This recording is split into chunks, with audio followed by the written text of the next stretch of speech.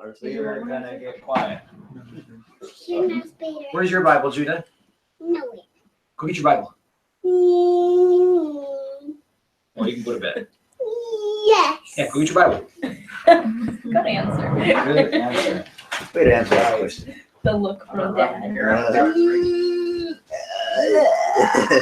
Okay. Wait, what am I saying again? Wait a second. Who am I talking to? Well, can you repeat the question? Yeah. Funny story on the cupcakes was Funny, I Nicole totally like misheard you. was buying them, and then like due to some clerical error, they tried to charge her like almost nothing, like a quarter of what? Not even a quarter. Well, a quarter of the sale price, but like even less than full price, like 20% of full price. Either way, it was like, it was supposed to be $60. It was like $15 for a box. She bought 4 boxes, so 60. But they were giving them a sale price of like $12 off, so it'd be 48. But they rang it up as $48 off, total price 12. And Nicole sat there and fought with them over it, like fighting the lady, like, listen, I owe you $48 for these cupcakes. And she's like, nope, sorry. Like, they made a mistake in the bakery. Nothing I can do about it. Nicole's like, I owe you more money, and they like wouldn't take it. But it is what I mean, it is. that doesn't sound like a bad thing. I know, but you know, it's also kind of cool. I think it is a good testimony when you have people who got like my wife is much better than I am. I would just be like, I wouldn't Like, even know. I know, like- walking out. she notices every receipt. We'll stand in line for 3 hours at the customer service because someone missed a 12% coupon. She hears my venting. Hey, you know what? That's a good thing. Yeah, 3 hours later, it's like I could have done something. But she watches receipts like a hawk. But it's funny because like, yeah, but if we ever miss, like I remember when we were getting married, they didn't charge us for like 2 pairs of the slacks that our groomsmen were gonna wear, and I'm gonna go back, wait in line to go, hey, you didn't charge us for these slacks, and you know, so she's really good about that. I'm easier to just consider it a gift of God. She's very diligent. But you know, it's a good testimony. That's a big thing about like when people see your good works and they glorify God in heaven, as Jesus talks about in Matthew 5. It's like when people see like, wow, this person was different. They went all the way back through the line, you know, to go through. And it doesn't mean you have to like put your little Jesus plug in there. But, you know, if they connect the dots, it does show like why these people are different than other people. It's really about the principle. So we've got to talk about, let's see here, That was so awkward. war and death, rape, murder, deception, incest, more rape, more family issues, a little more murder, and then like kind of more rapish, weird type stuff. So that's on the agenda for tonight. It's a pretty laid back Mr. Rogers' Neighborhood kind of night at the Bible study. Where are we at? 2 Samuel chapter 8. Thank you. You're welcome. I know, I was waiting. 2 Samuel. So not the first one, but the second one. Second one. He really is the first one. But they gave him 2 little books, even though he's not in this one at all. That is crazy. Why did they name this one after him? It's all just put together. It kind of just timelines. 1st and 2nd Samuel, 1st and 2nd Kings is all just one fluid story. From really the birth of the first, you know, prophet that led into the kings and really the era of all the kings up until the captivity. Ooh, I will put the plug in now too, though. This is Israel 2018, guys. Not that plug. Good guess, though. Yeah, what page are you on? Me? She's already there. Oh, 180. 196. Oh, my back. Run the- And you know, I worked out for like first time in like a year, and I hate it already. Oh, Jay's getting a phone call. Again? 439-9440. I know who it is. He wants me to go play basketball, but I'm like, dude, I'm at Bible study. I just texted you. I know. Tell them to come here. No. Hello? Oh, it's charging. I'm at I'll put it on Bible the study. charger. I forgot. You want to come? You want to come? Let's get some people to Bible study. Hey, with that said, too, the Facebook, if you find me on Facebook, you can find the live stream of this on Facebook, and then you can actually invite people to watch while we're going live. It's true. Not in it, am I? Yeah, you are. Oh, you definitely are. Come on. On the right side, you're really small, so it's hard to see you. Isaac definitely like, you don't really notice you as much. All right, so we're trying to do 9 chapters tonight. Some of it's kind of quick story stuff. There's some depth and stuff. Like we could spend all night on like 1 or 2 of these chapters. There's a few good stopping chapters we could just spend a lot of time on. But hey, let's pray, and then let's just start digging into some of the craziness of King David's life and some of his couple of his most infamous stories. So let's pray. We're gonna hold for Jay. Lord, bless the popcorn that's already in Jay's mouth, and the popcorn he's about to eat, and his cupcakes. No, but God, bless the Bible study. Open our minds. Help us to hear what you want to tell each one of us today. Have our hearts be open to you and the things you want to do. Hey, bless everyone, God, who's at graduation tonight, for Compass, for graduation parties, seniors who are just out just enjoying their first day of the real world. Just pray, God, that you are with them and you're with us tonight as you always are. And just bless our hearts, bless our minds, teach us all something new. In Jesus' name, amen. So last week, we started kind of King David's rule as king. So we've been seeing, David got anointed when he was like a young guy. Even before he fought Goliath, Samuel anointed him as the king. But he didn't actually reign as king while Saul was alive. So Saul died, and we started going into this David's life as king, kind of the drama he had getting into there. But we ended it last week with David worshiping the Lord. He was just so thankful of how God had been blessing him, even though God didn't have to bless him. God gave him all these great things. And so now life's going on. David is now ruling and reigning in Jerusalem. He's the king over Israel. And now we're going to hear him going and conquering. And he really just starts going out and conquering all these territories and all these lands. So it says here in chapter 8, and I'm just going to kind of highlight chapter 8. It's pretty short and sweet. It just basically says in verse 1, it says he attacked the Philistines and he subdues them. In verse 2, it says he defeats Moab. At the end of verse 2, it says, then Moab becomes David's servants. So he takes over Philistines, gone. Moab, they become like a puppet state, where it's like he lets them live, but they're his servants. Like he rules and reigns. Just like when we read about Jesus, how Jerusalem, Israel was there, the Jews were there, the Jews had their leaders, but Rome really controlled it. So it's the same concept. Israel took up Moab. Moab still is there, but Israel controls it. You actually read over to the next sections here where it says how David, he kills off a bunch of their chariots. It says also David hamstrung the chariot horses. Good thing your sister didn't come tonight. Except that he spared enough of them for 100 chariots. What it was he was downsizing their army so that they wouldn't be a threat to Israel, but that they could serve Israel. You got enough army. If we need some soldiers, you've got some guys, but not so much that we'd ever think of you as a threat. So if each of these people have a little bit of armies, it's there to help him in the long run. Verse 5 talks about killing 22,000 Syrians.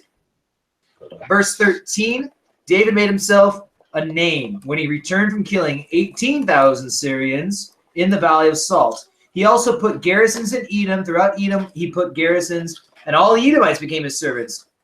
And the Lord preserved David wherever he went. So we see David is just going out and conquering, going out and conquering, going out and conquering. And the real key is just that last line, is that David was walking with God. He was listening when God spoke. He was asking God for direction. Last week, we kept reading where it's and then David asked the Lord, where do you want me to go next? God says, go up here. So David would go up here. Okay, Lord, I'm here. How do you want me to attack? Go charge him. Okay, Lord, how about over here? Oh, this time I want you to do a sneak attack from the rear. All right, Lord, I'll do a sneak attack. And he was just asking God every single step of the way. But every single step of the way, God was blessing him. So it's just, even just this simple model for us, it's just how many things in life do we want to figure out ourselves how to deal with? And how many things do we want God to figure out for us? It's like, do I want to deal with all my problems? Or I want God to deal with all my problems? So, Judy, you can sit out with us for a little bit, okay? You want to sit next to Anthony? Oh, Savannah, she's way better. So it shows, though, if you want to listen to God and do what he says, he'll prosper you. It says, preserve David wherever he went. That's just like the Romans 8:28, right? All things work together. Those who love God are called according to his purpose. All things work together to the good. God works everything out for those who love him. And sometimes they might not look like they worked out, but God still works them out. So chapter 9 is a simple chapter, and I'm just going to summarize the whole thing. For those who might remember, Jonathan was David's best friend, one of King Saul's sons. And at one point, they made a pact with each other. Like, you know what? Because Jonathan's like, David, you're going to be king. Just take care of, our household. And David said, you know what? I don't want to see Saul's house. He respected Saul. Saul was trying to kill David. David respected him. Saul would try to kill David. David respected him. You're the king, Saul. God chose you to be king. I have to honor you. Saul tries to kill him again. Oh, Saul, you're the king. God chose you. I have to honor you. And he always came back with this godly heart, even when he was wronged. And so basically, David goes, it says in verse 1, David said, is there still anyone who is left of the house of Saul, that I may show him the kindness for Jonathan's sake? So it's like, I just want to know if there's anyone left in that whole family so I can bless them and just be with it, take care of them. And so they find out there's this guy, Mephibosheth, who had a young boy. There was a battle, something was going on, and his nurse goes to get him, and she drops him, and it broke both his legs and deformed him. He was a cripple from that day forth in his life. He couldn't walk, or at least couldn't walk well. Both legs broken. And so the idea is she kind of hit him, and all of Saul's family was killed minus this one guy, one of his sons. And so David said, hey, bring him here. And when he brings him, Mephibosheth throws himself down on the ground, kind of like worshiping David, like, wondering what David's going to do to him. Because a lot of people just figured, he would want to kill off Saul's family and get rid of all the opposition. But David said, no, I want to show you kindness. I want to show you, mercy. And so he promises Mephibosheth everything of Saul. So like everything Saul owned, all the property, all the land, all that stuff, gave it back to him. And then he said, you can sit at the king's table the rest of your life. Anything like the king's table, I don't know if movies have portrayed it pretty well, but pretty much whatever the king eats, the people at the king's table eats. And you can imagine the king eats pretty well and has, all the drink and the food and the desserts and all that stuff they could ever want. And so he's saying that you forever have a seat at that table with the rest of my entourage. The mighty men, the main people, his sons, all those kind of people who would sit at the gigantic palace there. His brother? Huh? Jonathan? Yeah. Jonathan died in the same battle Saul died in. Okay. Yeah. Against the Amalekites, or no, the Ammonites, and the Amalekite killed Saul. But yeah, it's brief. It's one of those Bible stories, like, I bet you they made a movie, it'd be an epic battle, it'd be you'd come to a cool death. The Bible just says, and Jonathan was killed. So that's all we get. So that's Mephibosheth. He'll come up a little bit more later on too.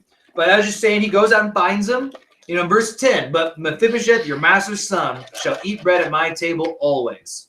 And then Ziba was the name of the servant who kind of took care of him.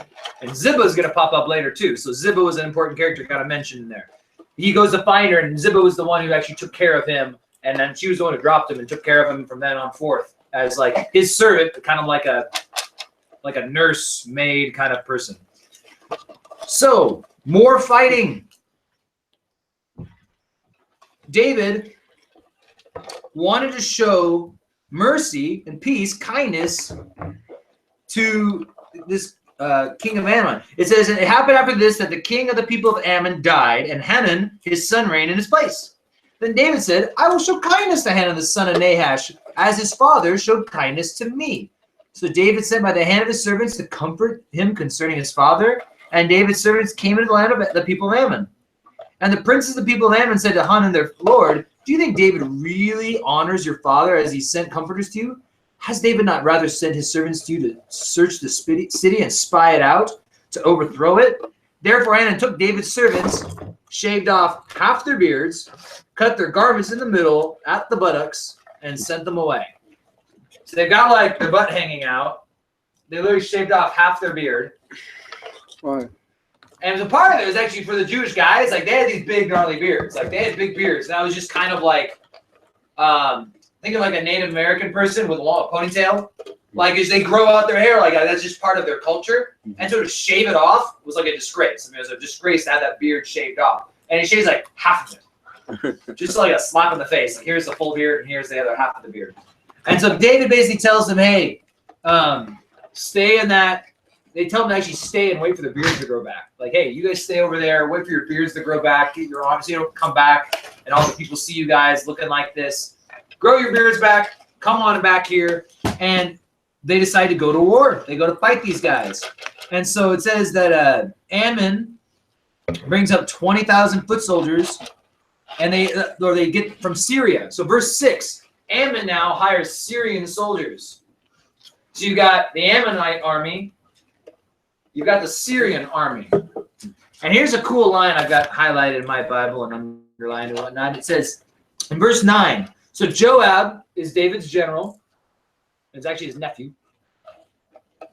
When Joab saw the battle line was against him, before and behind, he chose some of Israel's best and put them in battle array against the Syrians. And the rest of the people he put under the command of Abishai, his brother, that he might set them in battle array against the people of Ammon. And then he said, if the Syrians are too strong for me, then you shall help me. But if the people of Ammon are too strong for you, then I will come help you. And here's my line I got highlighted, verse 12. Be of good courage, and let us be strong for our people and for the cities of our God. And may the Lord do what is good in his sight. What I like about this line is not the New King James I've got, but like the old authorized King James. It reads, be of good courage and let us play the men for our people.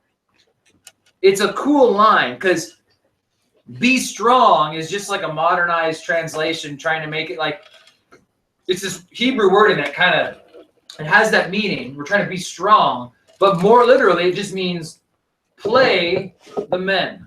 Meaning let us, like in a play, you pretend to be someone, right? You go out and you act. And you pretend like you're someone and everyone can see that. They're saying like, let us go show our people what men look like, is what it says. And I like that. And for the guys in the room, I like this as a challenge. Is that the whole concept is that the entire army will be encouraged, will fight harder, last longer, be stronger, if they got a few guys out there showing them what it looks like to be a man. Here's a fun open question for today. Since we don't have too much discussion anymore, I like having it whenever I can. What are the role models in 2017 on what being manly or being a man is like? John Cena. He was so fast with that answer. It's like he's been waiting to say that. Okay, and what's that? Can't see it. But more seriously, Roger. Like strong. He's Strong, okay. like a deep voice. Deep voice. Yeah, and then he just looks like he dominates everything. Okay. And he's a favorite. Like people just like him.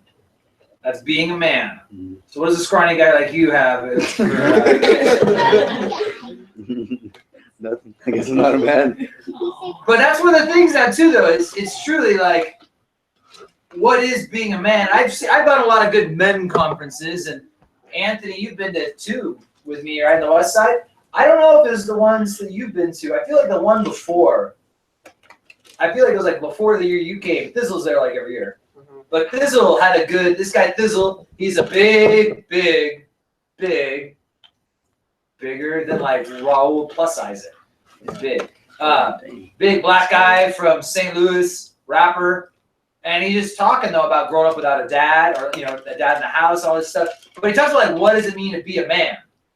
And he talks about it's like really you look around at what these like men role models are these days, and they're not very good. Like, and so many people don't even grow up with men role models in the house, let alone good men role models in the house. Having someone you can really look up to and learn what it takes to do those things and being manly. Because that's the thing, is not everyone's going to be big and strong and have a deep voice. But, like, there's the character traits of what it takes to be a man. And I think you look at the biblical man and the biblical manhood, those things like, there's things that look cool and we kind of like are attracted to, but then there's the other things just like responsibility.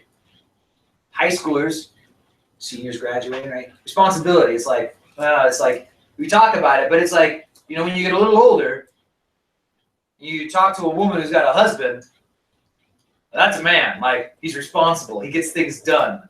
He's a man of his word. When he say it, it happens. Integrity is something, these kinds of things though. And it's true though, is that when you hang around people like that, they inspire you. When you see a guy who just has great integrity, when you see someone who returns the stuff at the grocery store or tries to fight to pay the right price, there's a woman with great integrity. But it's like you see those things, they rub off on you. You start seeing these character traits. And so that's what Joab is saying to his brother Abishai. Let's play the men for our people. And in this case, they were going to be courageous. They were going to go out there and fight. They weren't going to be generals that led from the back line. They were generals fighting on the front line. And they were going out and doing everything. And a lot of times that is great leadership. We're going to find out actually more about this. Maybe this will play in more tonight than I even thought as we go start watching King David. Because what we're going to have, it ends tonight, is David gets caught up in bad stuff. And the worst thing is when his kids start getting caught up in the same stuff, he doesn't do anything. Because I think he just felt helpless. Like, how can I get on my kid's case for being just like me? They didn't have a good role model to look to in the house. Really, David was great in so many ways, but by the time his kids start getting older, he makes a few big bad choices. And it's tough. A lot of us are parents that are together. Some of us are parents that are apart. But it's like, if you grow up with a dad in the house, and let's say this way, you grow up with split parents and your dad's got a new woman every other week, what does that tell a young boy about relationships? You got a dad who mistreats your mom. What does that teach a young man about how to treat women? It is. We learn a lot from those things. So it's important that we have men as these role models. And man, oh man, I didn't pre-plan this part of the study. But you go and study. I mean, just look up any statistic on the whole, like, families, people who grow up without a dad in the house, the chances of them getting into drugs, like hardcore drugs or whatever, chances of them going to jail, chances of them this and that, not going to college, not doing this, like, it's tough. And you know what? Tons of people without dads now succeed great. But it's having a role model there really does play a large role in a young man's life. Having someone to look up to. And you know what? It doesn't have to be your dad either, right? It just has finding a guy, some people you guys can look up to. And ladies, it's the same thing too. Having women, and you realize, here's the key. There's the people we want to be like because they have those things that the world likes. She's really pretty, so I want to be like her. He's really macho and cool, and look what he does. But in the end, go look what people have sometimes. And I'm not talking about money and things, but when you look at those families where it's like, wow, there's a family where, like, it seems like the husband and wife are happy, the kids are happy, and there's like peace in the house. What does that dad do? What does that mom do? What did she do to end up with a guy like that? Like, how did she end up with such a great guy? How did he end up with such a great girl? And it is. You start paying attention to those kinds of things. And you find out that, a lot of times that I would encourage, like the church, go about dating a lot differently, go about marriage differently, go about other things a lot differently. But here it is, Joab and Abishai, play the men for our people. Play the men for our people, and then let the Lord do what's good in his sight. We do our part, and then let God do the rest. And boom, you've got a recipe for success. So the long story short is they beat the Syrians. They take things over. They flee away. And that takes us to chapter 11. So guys, chapter 11 and 12 are probably the most infamous story of David's career. VeggieTales made a whole movie on it, or a whole episode on this. The story of David, Bathsheba, Uriah, and Nathan the prophet. We do the whole 2 chapters. And even if you guys know this story already, some of you I know do, pay attention to some of the little facts that you might not have memorized. Like verse 1. Really, the whole story, it starts in verse 1. Go figure, right? Verse 1 is the first part of it. Started in the spring. It started in the spring. See, bad things happen in the spring. No. But check this out. It happened in the spring of the year at the time when kings go out to battle, that David sent Joab and his servants with him and all Israel, and they destroyed the people of Ammon and besieged Rabbah, but David remained at Jerusalem. Instantly reading this, it reminds me of Genesis chapter 3. After the fall of man, the Garden of Eden, Adam and Eve, they sin, and then the curse comes upon the earth. There didn't used to be thorns, but thorns came about. Pre-curse, childbirth was not supposed to be painful. But God says, yeah, childbearing is going to be a painful event now. All these things came that didn't exist or were not going to exist. But one line is a very good line, especially for men, because this was a command to Adam more so than Eve. God tells Adam, curses the ground for your sake. So, for Jay and Roger and Anthony and Raul, and for Austin and for Isaac, the guys in the room, and Judah, curses the ground for your sake. And what God is saying right there,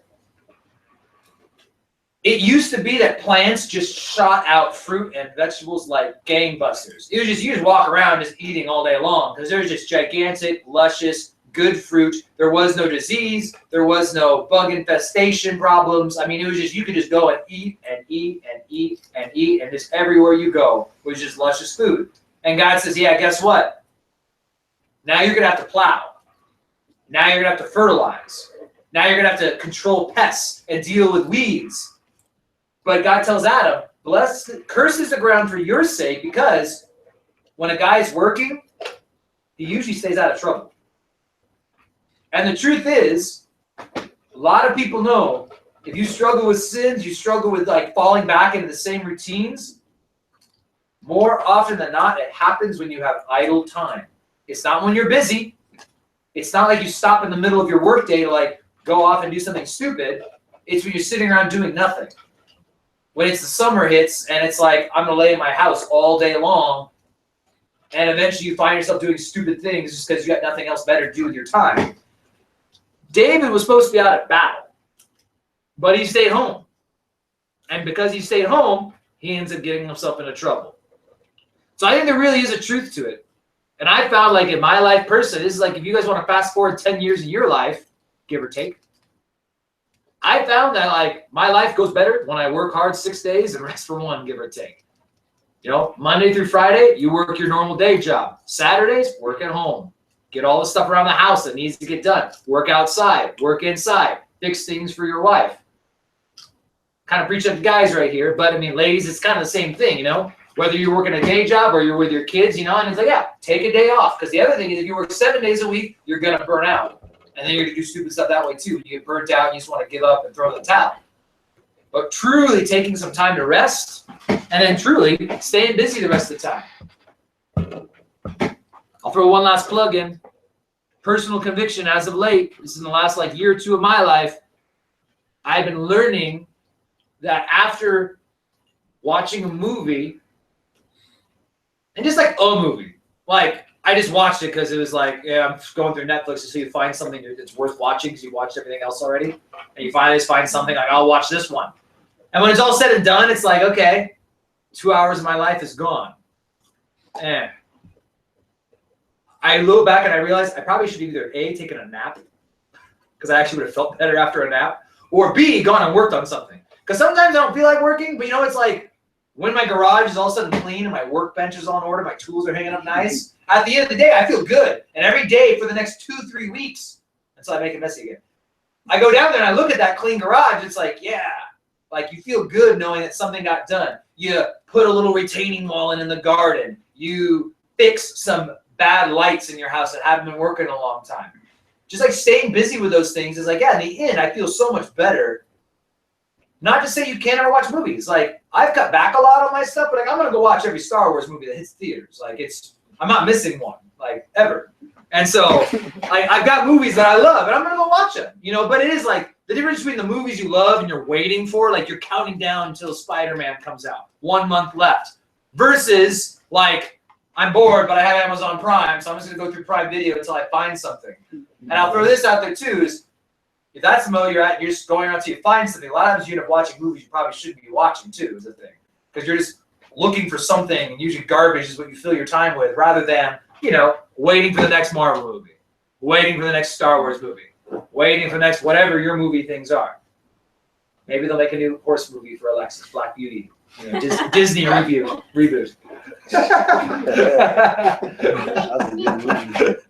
So, we made it through verse 1. Okay, so we're in chapter 11. Make sure we all are on this, because this is good to follow. I'm just going to read through this. This story is just worth reading and saying you've read it and you know it, because it's not much worth explaining. Verse 2, Then it happened one evening that David arose from his bed and walked on the roof of the king's house. And from the roof he saw a woman bathing, and the woman was very beautiful to behold. So David sent and inquired about the woman, and someone said, Is this not Bathsheba, the daughter of Eliam, the wife of Uriah the Hittite? Now Uriah was one of David's mighty men. Like he was like a close soldier to David. Like he had like 30 guys that were like the mighty men, and these guys like they were known for just kicking butt and taking questions later. Have we read this before? I told the story. Okay. I kind of, because we were talking about David. Sounds exactly. Yep. No, this is I told it earlier. We've never actually read the whole story in detail, but I use it because this is like a big story for David. Yeah, this is still a guy after God's own heart. He got off track, but we're gonna take it pretty far after this event and see what happens to David after this event. We didn't talk about that in detail before. So, FYI, they bathe on the roofs. Not uncommon. Most of the city is all the same level. So from a rooftop to a rooftop, you can't really see in. But like down below, it's kind of like they didn't have like windows and shades and all this nice stuff. For privacy, you can go up on your roof, and no one can see up what's going on up there. So that's why you can take your clothes off and bathe, sit in a big pot, however, But David, he's in the king's castle. He's up here. So he can see down on people's roofs. And he's checking around. I mean, this is straight up voyeurism. I mean, it is illegal to do this, FYI. So, what does he do? I mean, what else do you do when you see a hot girl? You say, send your messengers. He took her, and she came to him, and he lay with her. Bible talk, had sex with her. For she was cleansed from her impurity, and she returned to her house. Boom, and the woman conceived. And so she sent and told David, I am with child. Short and sweet, but yeah. Here's David. He's bored. This is, as I said, this is like being on Netflix or whatever it is. Like scrolling the web late at night. You're bored, nothing better to do, so you're just strolling around until you see something that kind of perks your interest. Like, I want that. I will take that. And so here, he takes her, sleeps with her, sends her home, and then she gets pregnant. So what do you do? Verse 6, Then David sent to Joab, saying, Hey, send me Uriah the Hittite, and Joab sent Uriah to David. When Uriah had come to him, David asked how Joab was doing, how the people were doing, and how the war prospered. And David said to Uriah, Now, go down to your house and wash your feet, relax. So Uriah departed from the king's house, and a gift of food from the king followed him. But Uriah slept at the door of the king's house with all the servants of his lord, and did not go down to his house. So when David was told, saying, Uriah did not go down to his house, David said to Uriah, Did you not come from a journey? Why do you not go down to your house? And Uriah said to David, The ark and Israel and Judah are dwelling in tents, and my lord Joab and the servants of my lord are encamped in the open fields. Shall I then go to my house and eat and drink and lie with my wife? as you live and as your soul lives, I will not do this thing. So, I mean, that's the thing. This guy is so loyal. He's so honorable. He's just saying, like, it's not fair. Yeah, you called me back. This is Uriah's mind. You called me back to give you a report, but it's like, it's just not fair to my friends that I get this vacation leave while they're out there fighting. Like, so yeah, I'll come back and give you the report, but I'm not going to go spend the night with my wife and live at large. I'm going to be, if they're suffering, I'm going to suffer. Then David said to Uriah, wait here today, and tomorrow I will let you depart. So Uriah remained in Jerusalem that day and the next. Now when David called him, he ate and drank before him, and he made him drunk. And at evening, he went out to lie on his bed with the servants of his Lord, but he did not go down to his house. So David tries to get him drunk. Oh, never mind. You did say this something. Yeah. Okay. I remember this. Yeah, it's like this. Yeah, this is like you guys heard the story. You said it kind of differently last time, a little bit. I think. Well, we'll keep going. We'll see. I remember by his friends or something. I don't remember that. Well, this is like the first time I just gave you a kind of an overview. I just did it off my memory. So we're just reading all the details now. Okay. And so now it happened in the morning that David wrote a letter to Joab and sent it by the hand of Uriah. So David writes the letter, gives it to Uriah, and Uriah carries it to the general. And he wrote the letter saying, set Uriah in the forefront of the hottest battle and retreat from him, that he may be struck down and die. So it was while Joab besieged the city that he signed Uriah to the place where he knew there were valiant men. Then the men of the city came and fought with Joab, and some of the people, the servants of David, fell, and Uriah the Hittite died also. So, I mean, basically the rest of the chapter, he's just kind of doing this cover-up, explaining like, well, what if people say this? Well, you just say that, and David kind of just covers his tracks a little bit. But, yeah. Now, here's the thing. Note what a little sin does. And you know what? What was David's first sin? To be home. It was being home. It wasn't sleeping with Bathsheba. It wasn't even the voyeurism. It wasn't him checking her out. Because he knew he shouldn't do that either. Even Job, the very first, now Job's not the first book of the Bible, like in the Bible, but it was the first book ever written. Job was like back in like the early Genesis days when he lived. And he even writes, right? Like if my eyes look at my neighbor's wife, right? Like, no, that's not good. He's like, let my wife leave me if I'm checking out another woman. In fact, oh, here we go. Same chapter, Job 31. I have made a covenant with my eyes that if I look upon another woman, may my wife go and be with another man. That was what Job said. So this is like, even in the Old Testament, it was hardcore in the sense of like, Job knew, David knew Job, like the writings of Job. David knew, like, I'm not supposed to be checking out some girl who's bathing on her roof. But again, it wasn't that he killed him and lied. It wasn't that he slept with her. It wasn't that he was checking her out when he should have been. It was the fact that he stayed home. Now, again, is it a sin to stay home? Is it a sin to not work? Not necessarily, but sometimes you can know when, like, God wants us to be doing stuff with our lives. He wants us to be productive. He wants us to go out and succeed. And to sit around and just do nothing, when God gives you breath in your lungs and blood in your veins, to just do nothing with our life. I really do think America is getting to an interesting place in society because I don't know if you guys ever heard the saying that like a republic, a democracy, a place where people vote power will only last around 200 years before it falls because the people get so caught up in just trying to vote themselves things that the whole place will just crumble and collapse. Because if all you want is the government to give you stuff and you don't want to give the government anything, eventually it all has to come tumbling down.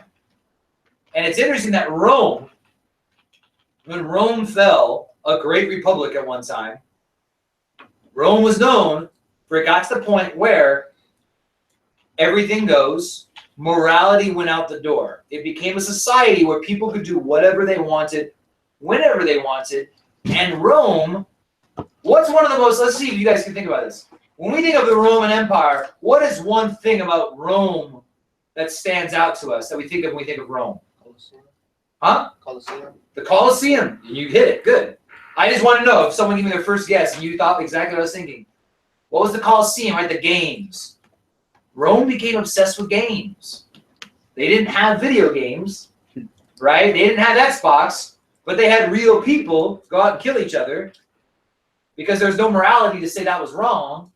But it was. Rome became obsessed with self-gratification, about me making me happy all the time and doing what I want, and Rome fell.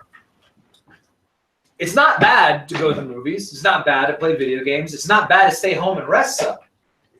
But when you start doing that above and beyond where you're supposed to be working and supposed to be being productive in life, you're going to be like David. You're going to find yourself getting caught up in trouble. You'll be 35 years old, still playing Xbox at home on the couch in your parents' basement. So, hopefully not, right? Can't have a Rari if you do that, Jay. Exactly. So, the point is, though, is that, yeah, David, he fell when he just started sloughing. I like how Leonard Ravenhill, preacher, said, talking about people getting caught up in sin. And like, oh, isn't it sad to see this guy's backsliding because he's caught up, like, he was a devout Christian, a servant in the church. Oh, I was getting a hug. Oh, that's such a letdown. Okay. But here's a guy who was serving in the church, right? And now he's like off hooked on meth. And like, oh, isn't it bad that he's backsliding? And Ravenhill makes a comment, him being on meth isn't backsliding. Somewhere along the line, that guy quit praying. He quit reading his Bible. He quit attending the other studies. Because, like, you don't usually quit church altogether at once. I'll put this condition on you guys, too. You don't quit church altogether. You quit Thursdays. And then you quit the Sunday night service you do with your family. Then you quit Sundays. You see, it's those slow choices. You quit reading your Bible regularly. You quit praying regularly. And then eventually, somewhere down the road, you find yourself on meth. And that sounds like a joke, right? But there's like, I forget his name too. Hagen? No, maybe. Famous pastor, one of the largest churches in America. Okay, like we're talking like 40,000 members of his church. And he got caught with methamphetamines and a male hooker. You don't end up there just overnight. That doesn't just happen, right? It's small steps and small compromises. And here's the best defense. If you don't want to end up on meth with a male hooker, Raul. I had to pick on somebody, sorry. But the thing is this. If you're reading your Bible every day and praying every day and doing those things, you're probably not going to find yourself dropping off of all the church services, cutting off Christian fellowship. It's not even about church, it's about Christian fellowship. I hang out with my Christian friends, and they hear me curse, they call me out on it because they're my Christian friends. But if I'm in my flesh and I'm falling back into things, I hang out with these other friends who could care less what I say. They'll encourage me to do bad things. We'll actually see more about that later if we move a little bit faster. Chapter 12, Nathan the prophet. I'll paraphrase 1 through 15, but it's simply God tells Nathan, Nathan, there's sin in the camp, and you need to go deal with it. So Nathan goes to King David, tells David the story. He said, David, can I tell you a story? David's like, sure. He goes, there once was a man who had a little lamb, a little ewe lamb, and he loved this ewe lamb. This wasn't like a farmer. This was like him and his lamb. He didn't have any kids. He didn't have a wife, but he would like feed the lamb at the table with him, and he'd even let the lamb sleep in bed with him. He loved this thing. There was another man who was a rich man. He had flocks, he had orchards, he had herds, and he had a large flock of animals. That man once had guests come over. They came over to stay, and they needed something to eat. He's like, lamb chops for you guys tonight, rack of lamb, only the best. But the rich man, he went to that poor man and took the one ewe lamb he had and cooked that up for the guests. What do you think of that, David?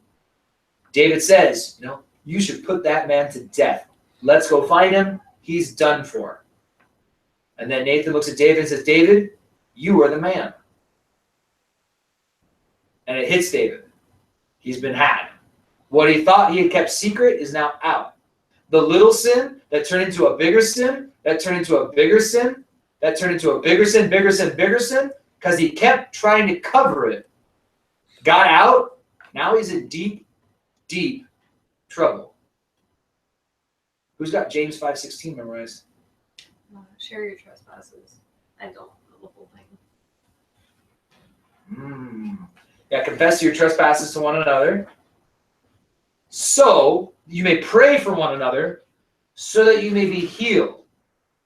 There's a second that effectual prayer of a righteous man avails much. But the first part, you have friends, if you have girlfriends, guys, if you have guy friends, that's the way it works best. Truly, this might sound corny. I'm just saying, this might sound corny if you're not like from the crazy Hoff background of church and Jesus. But if you have someone you can confess your sins, like, dude, like, I'm checking out these girls and I'm treating them like meat. See, I'm looking at them for their bodies, not for who they are as a person. I'm treating them as like an object of my pleasure, not as my sister in God's creation. If you can confess that to your friend, if Roger can say that to Jay, and Jay's the kind of guy who can help Roger and be like, all right, bro, like, I've got your back, like, hey, let's pray. Once you confess your trespass, you can pray for one another so that healing can occur. But if you hide things, you don't confess things. It's not always about going to a confessional with a priest or going to have to confess to your pastor, but it's just like, for one, if you sin against a person, you can confess to them. If you check out a chick, I might not confess to her. I'm throwing that one out, guys. You might want to go talk to someone else. I was checking you out yesterday. I probably won't go over well with her. So just save her the embarrassment. But the point is that notice that then you can pray with someone like, yeah, God, I want to be pure. And here's a cool thought, again, like, because purity doesn't sound cool until you get to the final stage, where one day you potentially can say either for my whole life or from this day forward, I quit looking at girls, I quit caring about guys, whatever, because you, my wife, you're the only one I have eyes for. I don't care about other women. You're the only woman for me. Had girls in the past, you can make that decision today. Like, hey, guess what? When I made that decision from that day forward, I was waiting for you because you're all I want. You're all I'll ever need.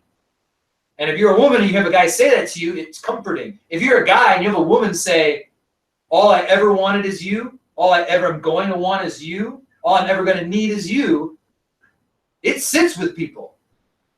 And so this is where, when you're struggling, trying to keep that, because you haven't met her yet. I haven't met my wife yet. I haven't met my husband yet, possibly. Well, even though you don't know her, you can still be preparing for her or him. And this is where, yeah, you confess. Then you guys can pray, and then the healing can happen. Because if you don't confess, you hide things, but then you got to cover your tracks. And a lot of times little sins lead to bigger, and that leads to bigger, and that leads to bigger. And next thing you know, you're caught on meth with a male hooker. Sounds funny, but like this is insane how a pastor of one of the world's biggest churches gets that far off. But it happens because of small steps. And you know what? As a pastor, ever confess anything, because he's supposed to be like perfect because he's a pastor. And so he probably was afraid to confess his little sins to the elders and to his friends. And that probably he didn't have the chance for prayer and healing. So he progressed to bigger things and bigger things and bigger things. Before he knew it, he was so deep in it, he could never confess and come out clean. So Nathan calls out David. You are the man, David. This was you. You're the one who was doing these things. And David's heartbroken. And what ends up happening in verse 15 on down to 23 is God tells David, David, here's one of the consequences of your sin. The child that was from your sin is not going to live. The child will die. And so David is heartbroken over this. And it says in verse 15, Nathan departed to his house, and the Lord struck the child that Uriah's wife bore to David, and it became ill. David therefore pleaded with God for the child, and David fasted and went in and lay all night on the ground. So the elders of his house arose and went to him to raise him up from the ground, but he would not, nor did he eat food with them. Then on the 7th day it came to pass that the child died, and the servants of David were afraid to tell him that the child was dead. For they said, indeed, while the child was alive, we spoke to him, and he would not heed our voice. How can we tell him that the child is dead? He may do some harm. When David saw his servants whispering, David perceived that the child was dead. Therefore David said to his servants, is the child dead? And they said, he is dead. So David arose from the ground, washed and anointed himself, and changed his clothes. And he went into the house of the Lord and worshipped. Then he went to his own house, and when he requested, they sent food for him, and he ate. Then his servants said, what is this you've done? You fasted and wept for the child while he was alive, but when the child died, you arose and ate food. And he said, while the child was alive, I fasted and wept, for I said, who can tell whether the Lord will be gracious to me, that the child may live? But now he is dead. Why should I fast? Can I bring him back again? I shall go to him, but he shall not return to me. It's kind of a sobering and just interesting read, but it's wisdom there too. That David prayed for someone, whether it's a child or an adult, really. You just pray hard and pray that God might be gracious, but if the person passes, he's like, well, I know I'll go be with that person someday. I will say I did skip over a text that's important to read. I forgot about it as we went on. Verse 11, because it's going to play out here in the next chapter or so. It says, thus said the Lord, behold, I will raise up adversary against you from your own house. And I will take your wives before your eyes and give them to your neighbor, and he shall lie with your wives in the sight of the sun. For you did it secretly, but I will do this thing before all Israel, before the sun. So God's saying to David simply this, David, I'll forgive you. I'll forgive you, David, but just so you know, there will be consequences for your sin. God will forgive you for everything. That doesn't mean there won't be consequences, right? You break God's law, there may be consequences for doing that. Some are natural consequences, some are divine. A consequence of premarital sex or unplanned pregnancies and STDs. These are consequences that just happen sometimes. At the same time, God can not show favor. He's like, listen, I'll forgive you, but you have to understand, you're not getting any favors anytime soon if you're living your life doing your own thing. And so God told David, David did a pretty serious thing here. And God says there's going to be consequences, and it's going to come from inside your own house. Because when you should have been taking care of your house, you were off wrecking houses. So, the end of the chapter simply talks about that city that they were fighting for, where Uriah died. It gets captured. And then the results of David's sin start playing out in his own home. Chapter 13. I'm going to kind of paraphrase a lot, I think, in these last few chapters. But this is the story of Amnon and Tamar. No, no kids. After this, Absalom, the son of David, who had a lovely sister whose name was Tamar, and Amnon, the son of David, he loved her. So, Amnon has a crush on his half-sister. Weird as it sounds, I will say this. When you live with a dad who's got a whole ton of wives, and you're one of 80 kids, you really don't have that brother-sister bond like you have in a house of 3, They're kind of almost like cousins and distant relatives. And even though that's still weird by today's standards, back then it was less weird. Just it wasn't as big of a thing. But regardless, man, this guy didn't have a dad who was around very much. And he had a dad who got caught sleeping with some guy's wife, and so he killed the guy. He didn't have that positive role model he needed. And so he's got a crush on his half-sister. So same dad, different moms. And Amnon was so distressed over his sister Tamar that he became sick, for she was a virgin. And it was improper for Amnon to do anything to her. But Amnon had a friend whose name was Jonadab, the son of Shimea, David's brother. Now, Jonadab was a very crafty man. He said to him, hey, why are you, the king's son, becoming thinner day by day? Will you not tell me? And he says, well, I love Tamar, my brother Absalom's sister. So Jada said him, lie down in your bed, pretend to be ill. So he gives him this whole plot. Pretend to be sick. Tell your dad, have Tamar come in and take care of you.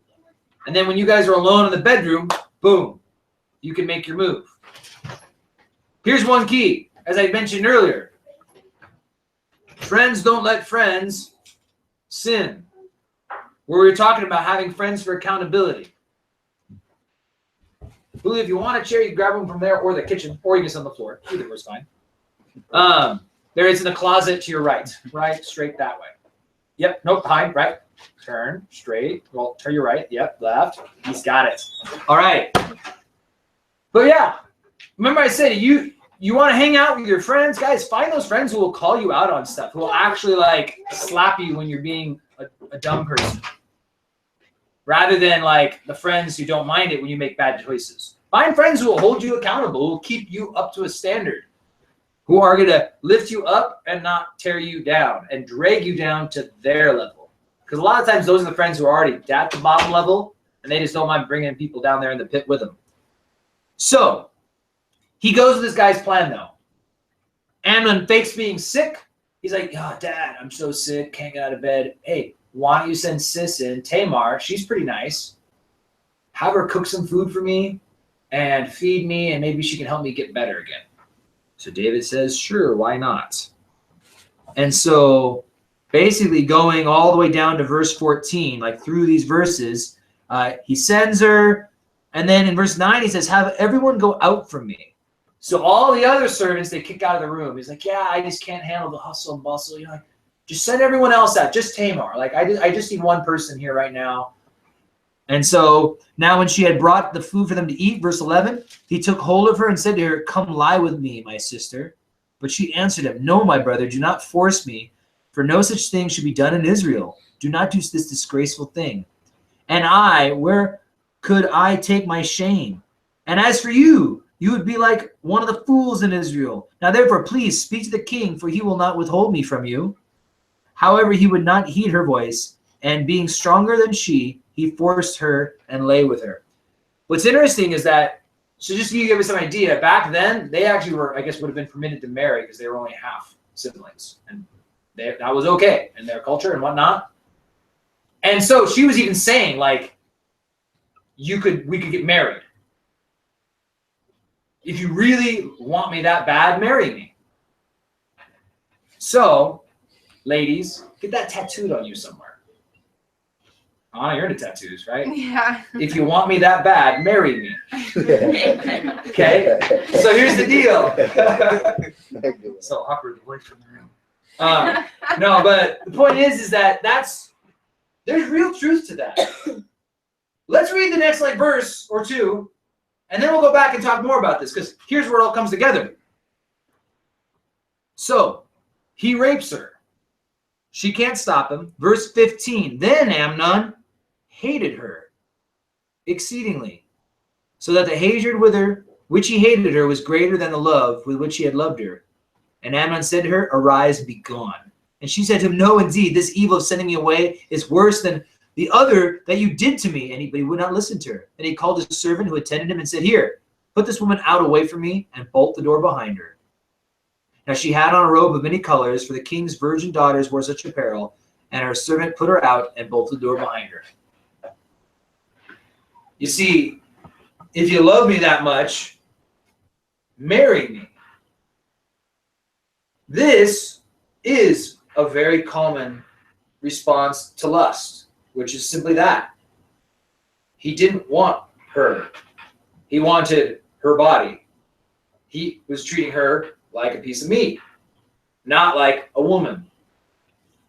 And this is not uncommon of many, many men, and even good men. The thought might cross their mind if they weren't self-controlled. That's the whole point, though, is that truly, if you want her that much, marry her. He didn't want to marry her. He just wanted her. And then afterwards, he was through with her, and he kind of despised her. Maybe he just, wasn't all that he thought it would be. She wasn't as great, looked good at first, but I'm not so satisfied. Interesting thought though on that whole "if you want me, marry me" concept is every now and then, you know, I have to work with couples who maybe want to get married. Maybe they're living together, maybe they're not, or whatever, you know, but they're sleeping together already, not married yet.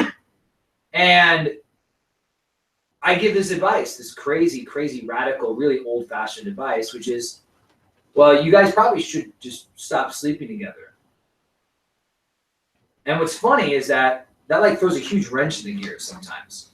And the interesting thing is this, and this is more of a word for the ladies, because sometimes I like just putting it in their ear so that the guys are just helpless and have to do what the girls say. Is if the guy's like, yeah, we're good, we're a good couple, and this and that, we want to get married, we love each other, and it's like, yeah, they're sleeping together and all that. I go, well, why don't you guys just wait? Your wedding's in 4 months. Just stop, pull apart, spend 4 months not sleeping together. If the guy won't agree to that, there's something wrong there. I'm just throwing it out there. If the guy won't stay with you, if you're not sleeping with him, you got an issue. And truthfully, what you find is that some relationships, there's actually, I remember there's like a fictional book. I had a friend who actually read it. It's not a Christian book or anything like that, but I remember she told me that the theme of the book was this couple that they realized that like their relationship was actually like based off sex. And that they got a little older, and like by the time they were like less interested in each other sexually, like boom, the whole relationship falls apart. Why? Because well, it was based off sex. But if that's the only thing that's holding together, if the physical part of the relationship is the only thing keeping the relationship together, what happens if one person becomes ill and is physically unable? Because that happens. And I've heard stories. There's the one story, I've heard it by multiple people, but it's a true story about this guy. They got married, and it was like in their 20s, his wife became like bedridden. And the people tell the story of them in their 80s. And he is still carrying her from place to place, hand washing his wife, taking care of her. 60 years, they can't have sex. She can't even talk. And he's still caring for the woman because he loved the woman. He didn't love what he got from her. He didn't love those things. He loved her. And it didn't matter what her condition was. He loved her richer or poorer, sickness and health. And so sometimes these like wait till you get married things sound old-fashioned, they sound cheesy until you start seeing these stories of just true love, what true love looks like. Love that can endure these things, can pass through these trials. And so here's the thing is she asked him, she's like, hey man, if you really want me that bad, just marry me. And I don't understand. Again, going back to what we talked last week about concubines. We'll see more concubines here in a little bit. They want to live together, sleep together, have kids together, everything together, but refuse to get married. I mean, I've met some couples who've been engaged for 5 years. At least they're like looking towards marriage. But it's like if you refuse to get married, but you want everything else, like what message are you sending to the spouse? Do both people not want? I'll tell you this, a lot of times one of the two people does want to get married, but they're afraid to upset the other person by saying something about it. Usually there's always one person who does want to get married. But when they're living together, sleeping together, having kids together, I mean, I'm trying to be like, can't talk stories about people, but I know the person who knows a person. But it's like, we're like, on their 4th kid. And they're living together, but they're not married. And it's like, why not? Why don't you get married? And it's to me, there's something weird. Because it's like, I like where we're at, but I'm afraid to actually commit. Because what if I want to back out? So truly, if you ever want to enter a relationship or stay in a relationship with anyone, if their condition is I want to be in a relationship with you, but my way of retreat always has to be available, that's not commitment. And so when another girl prettier comes along, because we got pretty girls in the room, but in 40, 50 years, you'll look different. And we got some handsome guys in the room, but in 40, 50 years, you're going to look a little different. Things like that is just kind of like, Jay's going to weigh 250 and he's got a big old gut in front of him.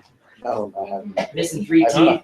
He'll have less hair than me. I wouldn't mind. Not including on his back. I don't have to. Not yet. Yeah. That'll be like So- 3 years. The point is, though, guys, is God's plan for relationships and marriage, it really is a very beautiful and cool thing when you see it acted out. People who truly love each other, and it's not about sex, it's not about looks, it's not about this and that. It's truly about two people who would give anything for each other, and that they put God first. And when he's in charge of your marriage will always succeed. And when your marriage has problems, usually one person will realize it's because they're not listening to God and his direction. Okay, I have a question. What? I know. We're just trying to wrap this section up. It's been a long Bring it time. out, Alexis. I just, so what is it about if it's not about what the other person can do for you or does for you? You mean what's a marriage about if it's not that? What And is, the emphasis is this though, love, right? So here's the thing. We talked about the different loves in the Greek, and you know them, but not everyone else knows them. So we'll have to help everyone yeah, else. I'm curious. What is the love that Amnon had for Tamar? Eros. Okay. Oh, okay. So Eros, love. So Greek, there's 4 words for love. Whereas in English, we're lame. We have 1 word. So when I say I love Nicole, I love Jubilee, I love cookies and pizza, and I love Anthony. Those are basically covering 4 different kinds of love. So truthfully, I guess my wife and other people, but let's say I can say I agape love my wife. That's the sacrificial kind of serving love that Jesus and God has for us. We're commanded to have that kind of love for people. It's a choice. I have multiple kinds of love for my wife, but storge is another word that Greek has for love. That's family. That's Jubilee. So that's you guys and your parents. You never had to practice loving them, your siblings. Like, and your children is the best example. Like, there's no, like, I have to try to love them. It's just there. I could never turn it off. I don't ever have to turn it on. It's just there. This family love. Anthony can be my Philadelphia love. Phileo love. Philadelphia is the city of brotherly. I was going to say my example is Phileo love is this brotherly love. The city of Philadelphia is the city of brotherly love is what it's called. And it's just, yeah, like the friendships, really close friendship is a phileo love. Eros is where we get the word erotic from, and that is my love for pizza. No, and what it is though, it's a love of getting out of it. It's what I could take from that. Like I love, and so sensual pleasure, definitely Eros, but also like truly like what I can get out of that. Like, oh, that brings me pleasure. I love it. But the second that stops providing pleasure, I'm done with it, right? Like, Anthony and I have a relationship. He can do something that rubs me wrong, doesn't bring me pleasure. I don't just toss him out. But truly, if the pizza tastes bad, I got no attachments to that pizza. I'm tossing it. If someone made the cookies wrong, I'm done with them, right? I just throw them away. And if there's a chick, and I happen to like that chick because she's hot, you're smoking hot chick. That's why I love her. I'm going to marry that girl. Boom, we get married too. I'm going to commit to that girl because she's hot. And then she gets in a car accident. And her face gets deformed. And all of a sudden it's different now because she's not the hot chick she used to be. Now she's just the chick. If you go into something on Eros alone, that's where if that changes, boom. I'll drop you like overcooked cookies or a Pizza Hut pizza. Not a Pizza Hut fan. I'm kind of a picky pizza eater. But now, in a true marriage relationship, you're going to find actually all 4 eventually. Okay. Storge love, I think, will develop a little bit between a husband and wife. That takes time. Where eventually is family to you. But you have agape love, which is how you choose to serve your spouse as You a have choice. that first, or is it? No, agape is a choice you choose to do. Okay, all right. Truly, in most relationships, it's a balance between phileo and eros love. But the idea is that are you going in from eros alone? Am I going in because she pleases me, I get satisfaction? And I mean, I'll tell you this, hey guys, here's a bit of advice. I pass this on to a few guys, some of which have taken it, some have obviously not. couple of you already have girlfriends, so save this for later, maybe. No, just joking. You don't need it. But here's the hint, though, and you can pass this on to other guys. Is guard your hearts, ladies. It's actually the same thing for you. This is just I can speak from experience of guys.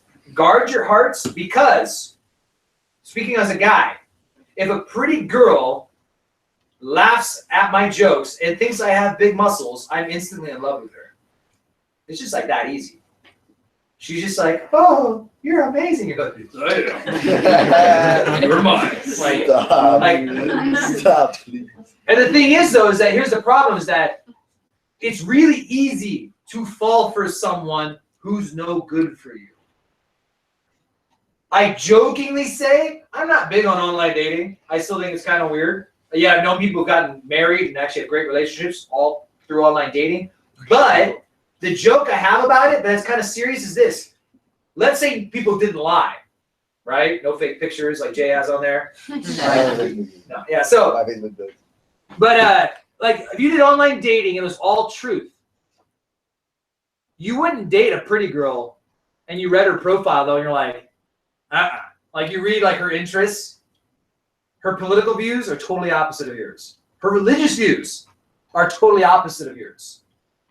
Her everything's totally opposite of you. Okay? So like Raul, I knew it. I just want to tell you I love you. Now go over to Jay. Here's the idea though. I'm just gonna go off what I guess for some of you guys, right? But I mean you find like a girl and you're reading her profile, right? And it's like you find out that she's a Wiccan. She practices witchcraft. She's a card-carrying member of PETA. Now, you might like that, but I'm just saying. She loves animals and thinks that animals have more rights than humans.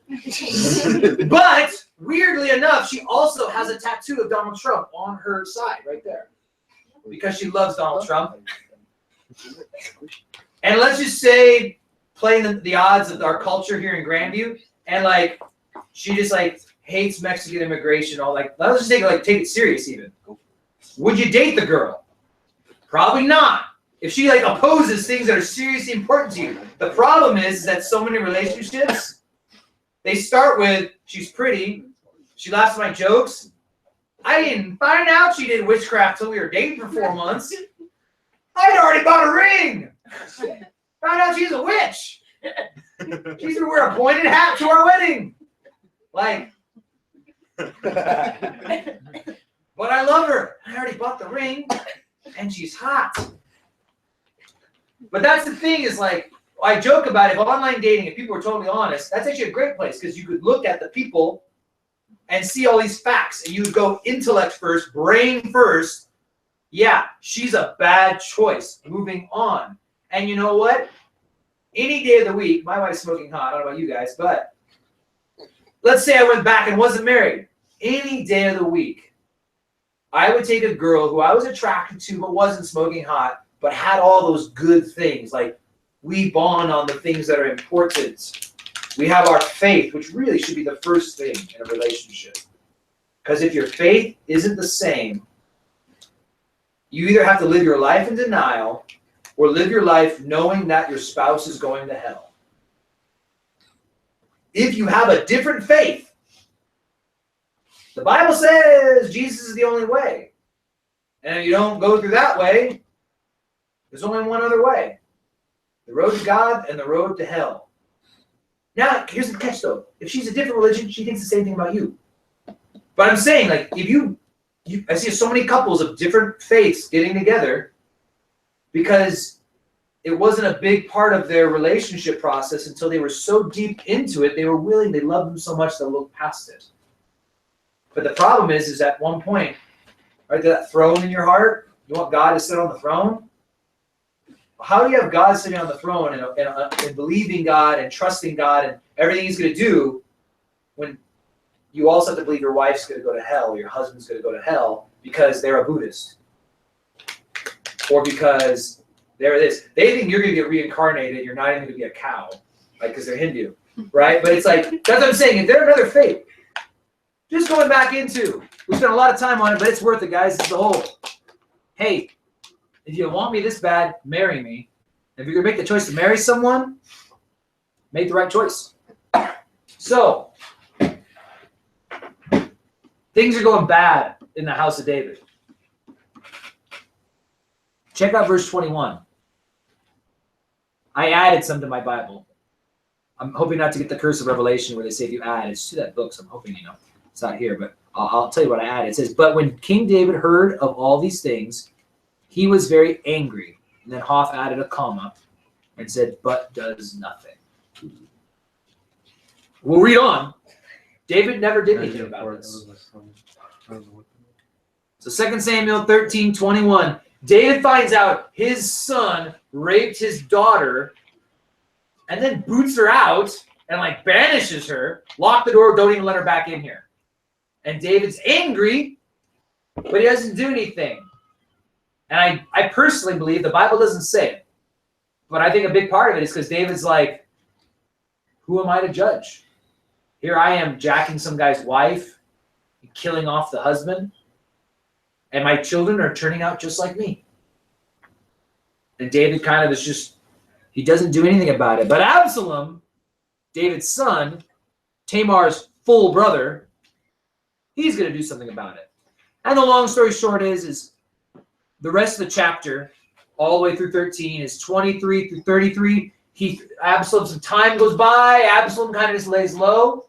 He says, hey, we're going to throw a party, Dad. You want to come? No, I can't come. I got too much stuff, son. Ruling the kingdom. Hey, send all the brothers out. Send all my brothers out here. Send Amnon. Make sure Amnon comes. Well, why? Oh, just because Amnon's my brother. Send my brother out. He throws a big party.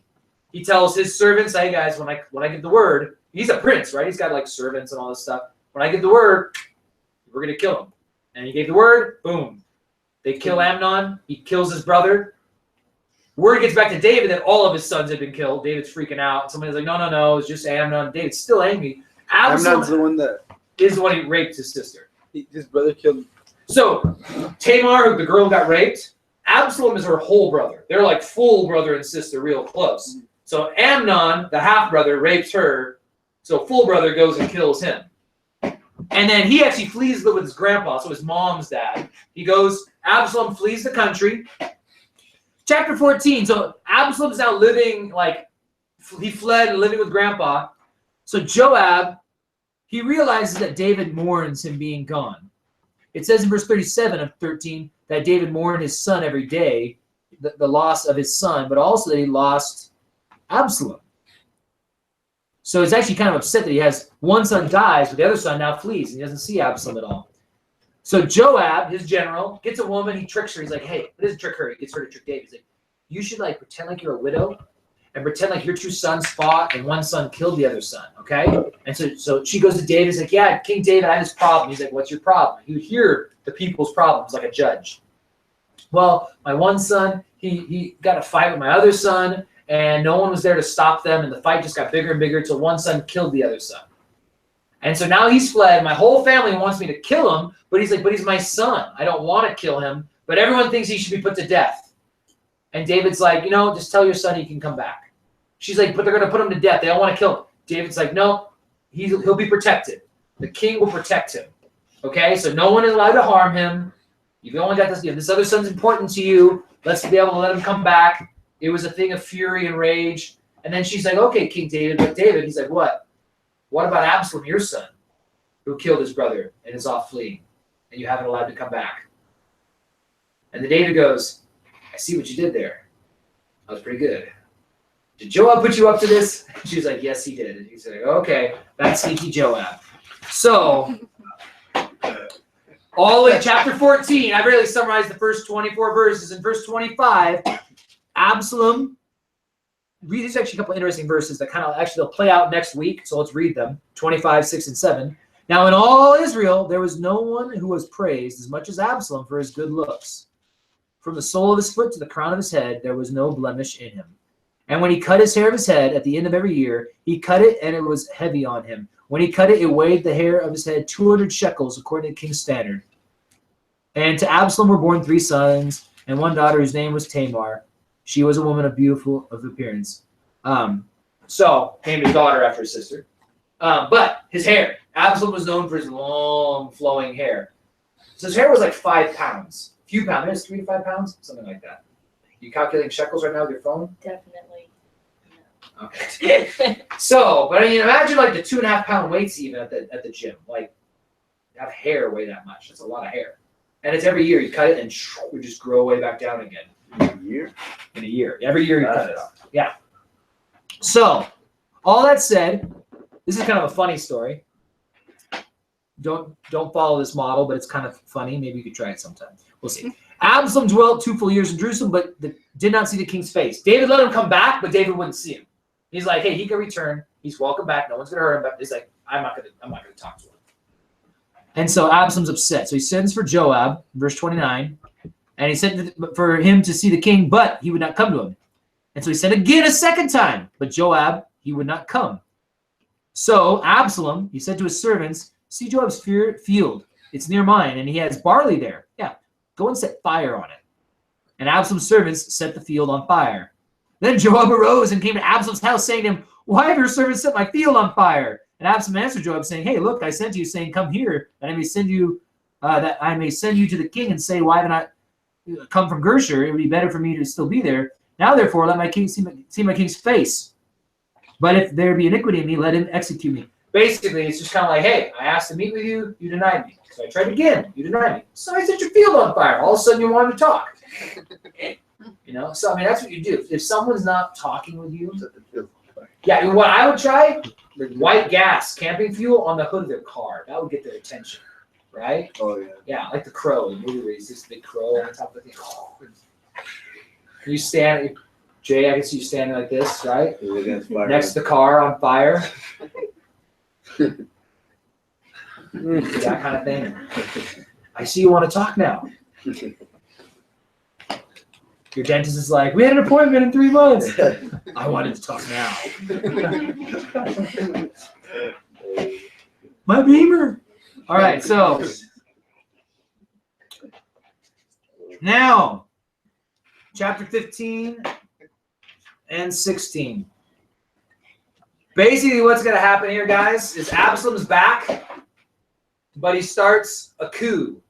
He's going to try and overthrow King David. So he's still not happy with his dad. Like, even though like he's his son and everything, it's like he's angry that David didn't do anything. Like, you let your son rape my sister and you do nothing about it. So he's really mad at his dad. So he starts hanging out in the city, and people need to see the king. They have problems. They want to go to the king and ask for help. But David's too busy. So Absalom starts going around. He's like, hey, let me help you with your problems. And so it says in verse 2, so it was whenever who had a lawsuit to come to the king for a decision, Absalom would call him and say, hey, what city are you from? And, your servant is from such and such a tribe of Israel. And look, your case is good and right, but there is no deputy of the king to hear you. Man, if only I were made judge of the land, and everyone who had any suit or cause would just come to me, and then I would give him justice. If I was king, everyone would be heard, right? There'd be a turkey in every oven. There'd be 2 cars in every parking spot. Just real close together, right? You could be tardy to every class if I was the ASB president, right? Free pizza every day. So we get that now, Don. So, but point is though that he just basically do this like political thing, right? And eventually in verse 10, or up to verse 10, he tells the people, all right, here's what we're gonna do. We're gonna get here. All these people are ready to follow me. You guys just start chanting like, boom, Absalom's the king. Absalom's the king. People in town are gonna hear. They're gonna all get psyched up. And, oh, Absalom's the king. And then David finds out in verse 13 that Absalom's the king. Like everyone's turning to Absalom. Everyone's on an uproar. The whole city's chanting Absalom, Absalom. Like, what do we do? David's like, we're just gonna leave. David refused to fight his son. He's like, we're not gonna fight him. We're gonna leave. We're gonna leave the city. And so David takes off.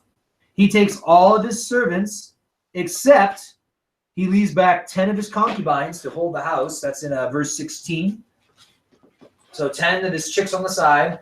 They stay to maintain the house, water the garden, make sure the dog gets fed, all that kind of stuff. And so that plays a role later. I'm not just doing that for fun. And so they take off. And basically he goes and he's on the run.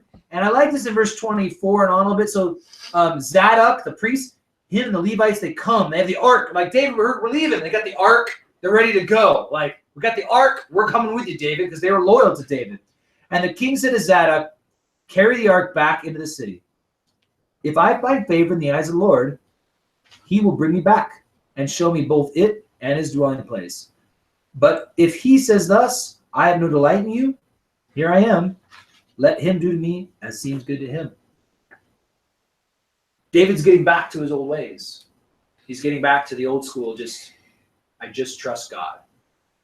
So he tells him, put the ark back. If God be on my side, I will go back to where the ark is. God will bring me back where I need to be. God will take me where I need to go. David, through this season of brokenness, he sinned. He suffered some because of his sin. The wages of sin is death, but the wages of sin is also separation from God. You feel that distance, like God used to be right here holding my hand, helping me every step of the way. And then I got caught up doing some stupid stuff, really knowing what I was doing, pretty much just rejecting God to his face. And that kind of hurt our relationship a little bit. But over time, he reaches brokenness. And he's just like, yeah, whatever. So he sends him back. They take off to the Mount of Olives. People are all following there. Then basically at the very end of chapter 15, this guy, Hushai, David's friend, went into the city and Absalom came into Jerusalem. Hushai wanted to go with David, but David actually sent him back. He's like, hey, why don't you go and tell Absalom you're serving him and that maybe he'll take you in and you'll be able to kind of be an insider, a spy kind of. So he sends Hushai as a spy. Some other interesting things happen, and they'll play out more later. You'll see some stuff. But in chapter 16, 1-4, that girl Zippah, Mephibosheth's, the lady who took care of the boy who broke his legs, and David said he could stay there, she tries to trick David by saying that Mephibosheth has betrayed him. And so David's like, you know what? You can have all of Saul's stuff then. If he's going to betray me, you can get it. So she actually lies. That's all we see of that right now. Then, this interesting story here, in verse 5, Shimei. Here's a guy who was loyal to Saul. And they're trying to leave, right? And this guy Shimei comes out, starts throwing rocks, yelling, cursing at David. Because he was still loyal to Saul in his heart. And he says, come out, you bloodthirsty man, you rogue. The Lord has brought upon you all the blood of the house of Saul, in whose place you have reigned, and the Lord has delivered the kingdom into the hand of Absalom your son. So now you are caught in your own evil because you are a bloodthirsty man. That was verses 7 and 8. So Abishai wants to kill him. Abishai, again, that's Joab's brother. He was the same guy when Saul was asleep, and there was the spear stuck by Saul. He's like, let me get the spear, and I can, boom, I can kill him right now. Abishai's always really happy to kill someone. He was very good. He was the guy also Joab said, let's play the men. You go that way and you fight this way. So it's Abishai and Joab. So they're the brothers. And who remembers the third brother? Ashiel was the guy who ran really fast. And then Abner stabbed him with the butt end of his stick. Found an error in the Action Bible. So we have to throw all Action Bibles away if your little brothers or sisters have one. They stabbed him with the pointy side of the spear in the Action Bible. I feel like that might be a little less gruesome, as awful as that sounds. Sure. My son has the Action Bible. It's actually the guy who did it's a full comic act. It's like a graphic novel of the Bible, but it's done by one of the guys who does the Marvel comics, like the actual Marvel Captain America comics, and he does Thor. He's a graphic artist for Thor and for the comics they're still doing. And so a lot of the characters look very Marvel-y. It's very cool action, it's the Action Bible. Very macho, cool. Everyone's very ripped and awesome looking. But yeah, I noticed in that picture, it's totally the normal side of the spear. And I was like, ah. I see it right there. It's the butt end of the spear, not the pointy end. Anyway, moving on. So, Abishai wants to kill him. And then David says, and David said to Abishai in verse 11, and all of his servants, see how my son, who came from my own body, seeks my life. How much more now may this Benjamite, Leave him alone, and let him curse, for so the Lord has ordered him. It may be that the Lord will look on my affliction, and that the Lord will repay me with good for his cursing this day. And so they left him, and they moved on. And David's just kind of getting back. Again, he's getting back to this humble state where, you know, I'm just going to trust God. I'm not going to go take things in my own hands. I'm not going to start acting out in vengeance. I'm not going to act out in foolishness. I'm just going to trust him every step of the way with my life. Someone cursed me. Jesus has blessed those who curse you. I don't need to go over there and finish the fight. God will take care of it. Vengeance is mine, says the Lord. God will repay. God will repay for what people do wrong to you. The end of the chapter ends up kind of interesting.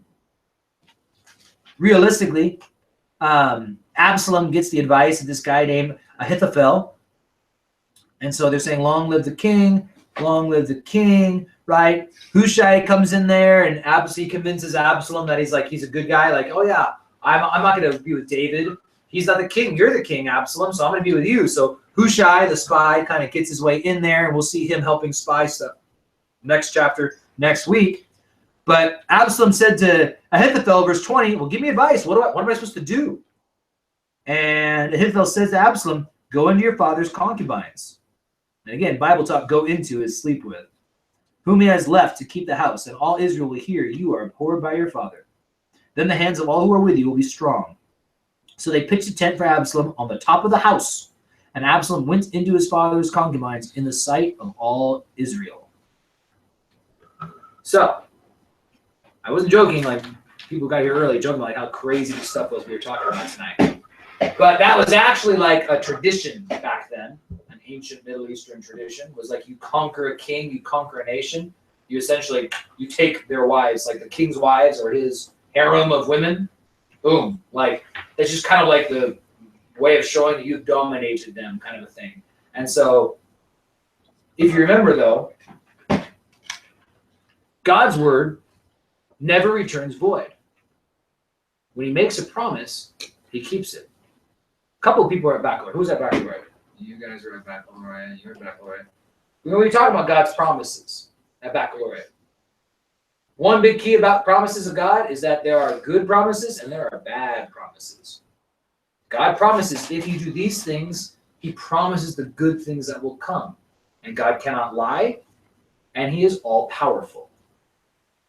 So his promises always come true. He told David, I told you, we forgot to read this, got to go back. He said, right, for you did so secretly, David, sleeping with her, but I will do this thing, have your wives sleep with another in front of all of Israel, is what God promised David. He's like, yeah, you're going to experience the consequences of your sin, David, and where you did it in secret, when this kind of, I hate to use the word karma, because it's not really a Christian thing, but yeah, when your sins come back to get you, it's going to be done in front of everyone. There's going to be no silence that, yeah, your wives or your concubines, they're going to be taken, and people are going to sleep with them in front of everyone. Now, this wasn't like there was a tent up there. It wasn't like, you know, like a free show. It was the idea was that everyone knew what was going on. They made it a public scene of what he was doing, not that they could actually watch it, but it was to show, like, yeah. And what it was is he was kind of establishing that he's the king. Like, yeah, oh, my dad's done. Like, look at me. I'm coming in here. I'm taking his women. I'm doing this and that. And, yeah, craziness. But look at David after Anthony has a question. Where's Solomon in all this? Where is Solomon? I don't know. What's he doing? Why isn't he helping out? Gotta tell this punk he needs to step up his game. Maybe if you get all the way down to the book of 1 Kings, you'll start finding young Solomon. Actually, no, as we were reading, we actually skipped because it's kind of a, remember, I shall go to him, but he shall not return to me, right? The death of the baby, Bathsheba's baby. I should have skipped it. It's just because it's in between. It's 2 verses split between 2 pages on my Bible. So I didn't even notice that I was flipping.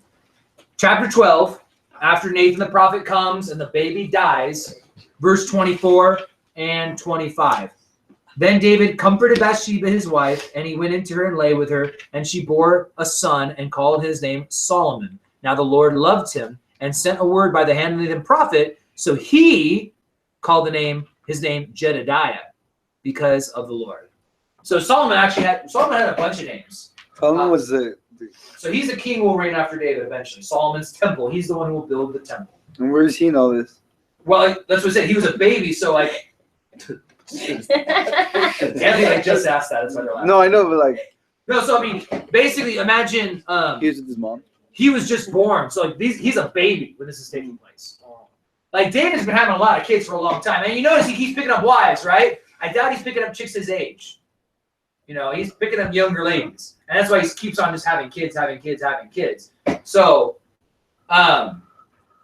so that said, Solomon's a very young kid, and you're going to find out at the very end. We get into First Kings that Solomon's pretty young when he gets put into the throne, and his older brothers try and take it. The older brother, at least, tries to take it, but he has multiple names. So one name of Solomon is Jedediah, which means the Lord loves him, is what it means. The name Jedediah is loved by the Lord. So if you ever want to name a kid, Jedediah sounds like a redneck kind of name to name your kid, but that's a great meaning, loved by the Lord. Great meaning for a kid. Abishai is gift from God. Like I told Nicole, I was like, Abishai is kind of a cute name. Like the problem is like Abby is kind of a girl name. Abe, Shy. Shy's not Shia LaBeouf. Shy.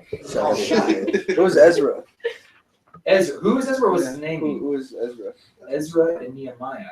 Oh. They'll come up later. They're the ones after Israel goes into captivity. When they come out of captivity, they help build the temple again. Build the second temple.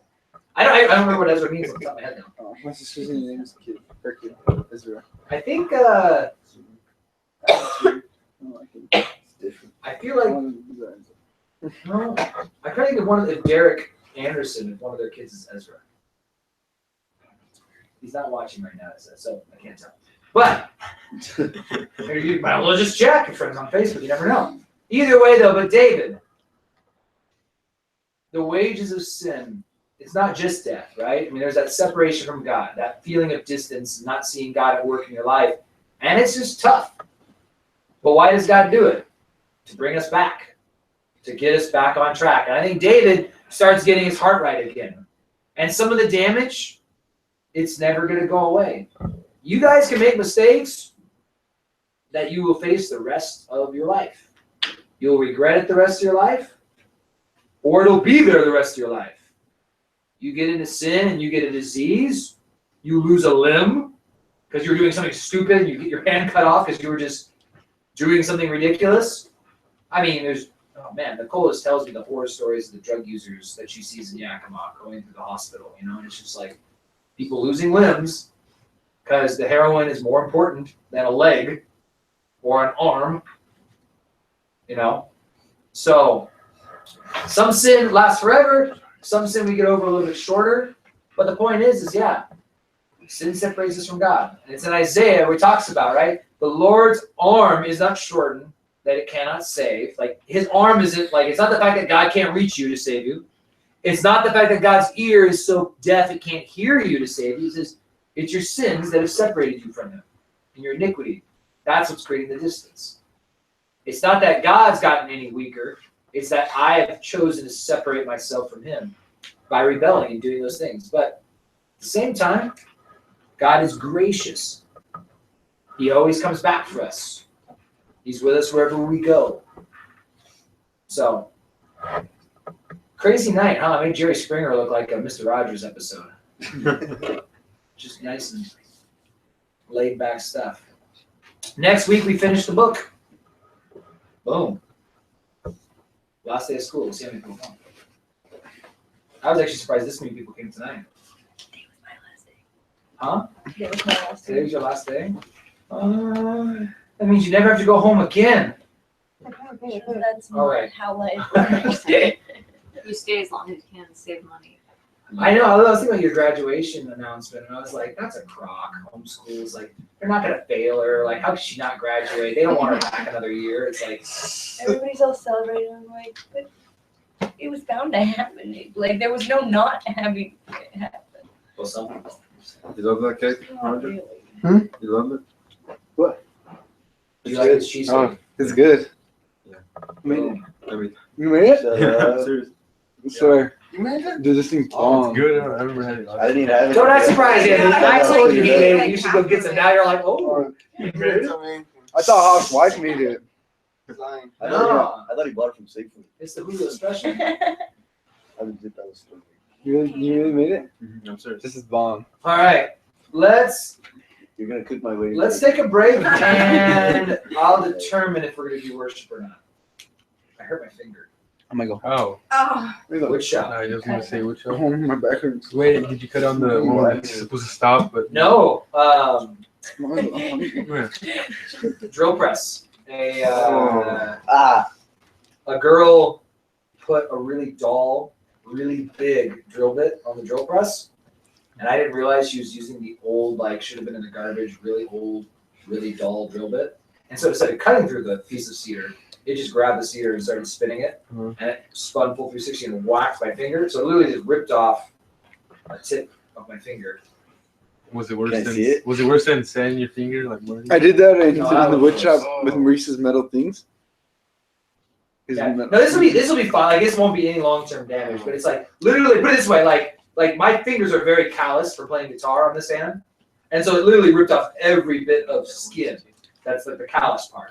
So even it bled, but even underneath you can see like actually like fingerprints, like of skin, like but it's like it's like it's thick. It's like Did you glue it? can I see it?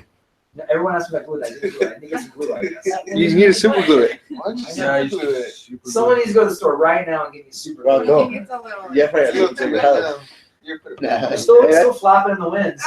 Is it really? Can I see? Yeah. No, I just wrapped it really nice. You need to super glue I it. want Huh? to see. And I it. might be able to play the guitar. You have a picture of it? Current condition.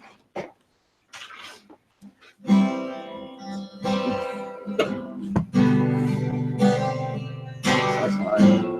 Oh, That's oh, that's oh. Yeah, maybe not. You can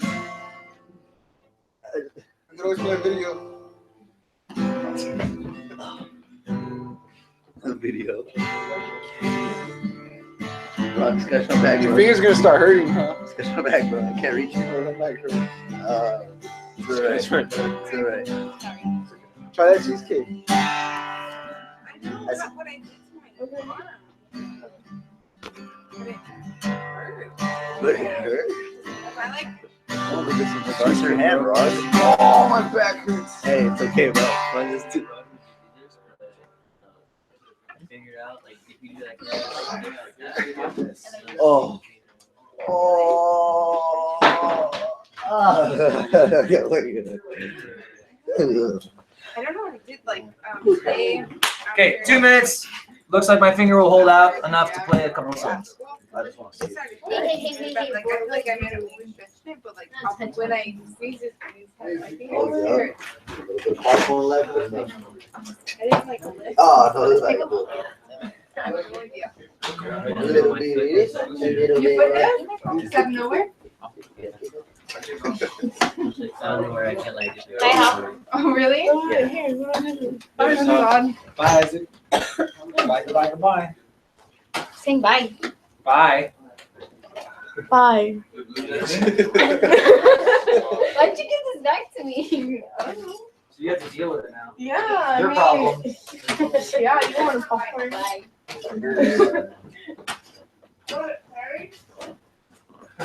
How much can those weights go up? Oh, yeah. 52 and a half.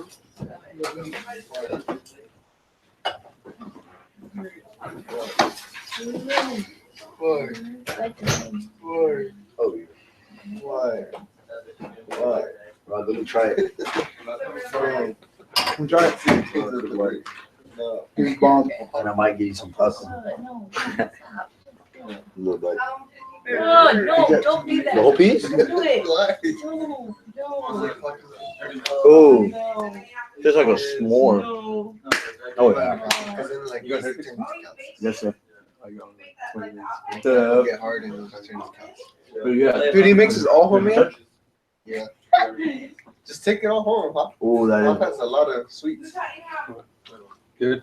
You're gonna probably. has been. It is. It's like a What ray do of you want? sunshine in your mouth. Popcorn bomb, too. I've had cheesecake Thanks, this Anthony. distance. That black guy sold this cheesecake. A black guy with Yeah. Didn't Maurice make Yeah, that cheesecakes? guy. The black guy, that black guy. I haven't had cheesecake this good since then. I only had one of his cheesecakes. Oh, you brought that car over here? He's back in Yeah, for now. They're good, huh? Yeah, they're bomb. You leaving, Austin? What? You're Yeah, his leaving? mom. Yeah. Alright then. Are you Bye, coming next week? Austin. Later. Bye, Yeah, Austin. really. Bye. Are you at school tomorrow? Or Monday, I mean? Are you guys still going to school under? Oh yeah. We're gonna get that. Oh, shoot, you scared me, bro. Oh yeah. They have like. Did I just say the man They still have a week of school. What do you say? Let me have some homework. What kind of cream or what? It felt weird today going home and not having like homework. I Yeah. was like, I knew Like- it. I was like, I have one thing to do, and then I was like, wait, what else do I have to do? The crust Like, part and then the nothing. whipped cream. I haven't- that's why I haven't been Sugar, home. lemon. I just had to make That's it. speech. Sugar, lemon. Well, I haven't done it, but That's it. yeah. But where? Oh. Let me have some Heavy whipped homework. cream, I had too. one- oh, yeah. I used to get from the store. You have a lot Like of I homework? said, it's I did my Sometimes, own. not really. Most Is things. wood or there's no whatever. special instructional drinks. one? It's pretty easy. I think it's crazy how All those ones. this street is like even and your house is like two stories. I think that's why I did things. It's crazy. You only live for a year? Or you only live for a year? Oh yeah. Oh yeah. It's so cold right here, huh? Like we just need blankets now. Do you want to go to the Or do the party? It's ugly outside. They said that they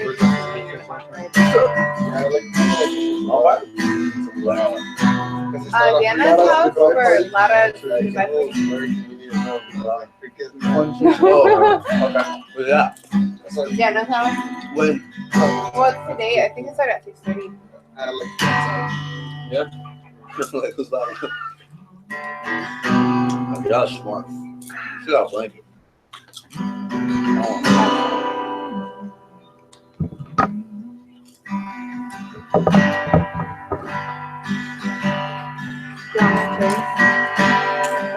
I remember some more.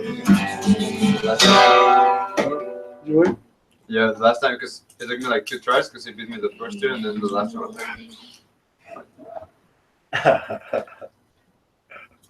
Where'd they all go? Oh, they all left. All these churches. Okay. So next week. I'm gonna eat Thursday, then you got no 2 hours. Is it free? What's the popcorn? I'm okay. I'm okay for now. You don't have cherries? You're weird. I like cherries, fresh cherries. I just don't like, what are these called? Sweet Cherries are weird. Yeah, I know what they're called. Wait till it's Sweet cherries. and And then they had like the little They're called something else. They have a name. The red cherries. They have a name. I'm sorry, but How? What are these cherries called? very weird. The red ones? Red cherries. They have a name. The Mary cheese. No. No, something like that. Yeah. I don't know. I know, like, yeah. My mom has like a You barrel make other flavors? at the house filled with. Yeah, I make strawberry, peach, cherry, lemon, and blueberry, and Ooh, raspberry. blueberry would be so good. 15. 15? The raspberry and blueberry are 20. Oh, So really amazing. How long does it take you to make them? should I buy one? Before, like, I can make them in a day. Dang. Can you make some for Monday? Yeah. Yeah. That way I can take, because we have a barbecue for school. Good. I'll pick them up. All right. Just, I'll give get you your your phone phone number now. It's, yeah, he's still stalling. Okay. So did you make these cherries like organic or did you buy the jam? You made it. oh, what jam? Like the cherry jam or whatever. No, it Oh, comes no, with the I cherry. buy- Does it? Yeah, usually. Alexis is asleep. We lost Alexis. No, she's smiling. It's all Oh, Are we what? doing workout? Shoot. J. Lee Byrne. No. She must participate or I will shock it off. No. I can get her to do anything I want now. We're total control. Huh? Where's the shop? You're gonna find your UV light? No, I never did. I think a kid just took it and started playing with it. That's high school kids. How much are they? I think I bought the kid for like $15 the glasses. Yeah. It's just annoying. Can I see it? It's like Hey, what are you gonna wear tomorrow? What are you guys gonna wear? Shorts. You wear shorts? You have your picture shorts? No, you're in your gown, your cap and gown. And they just, Hey, they my just- gown, You can still see your it's like feet. waist up, huh? Hey, The pictures waist up. my Yeah. gown is like right here. It's so long. I got it big on accident.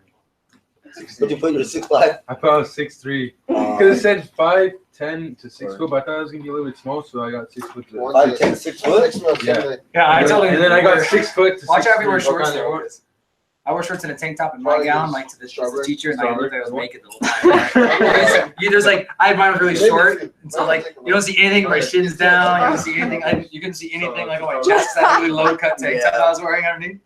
It's hot though. Okay, we're not wearing tank Yeah, I tops. think But I'm tomorrow we're taking taking a picture. shorts. No? But I mean, And the pictures we're of the taking water. a group picture, we're taking an Oh, individual yeah. picture, and then the one that we're hats. I'm gonna ask Ramsey if I can borrow his. And we're taking.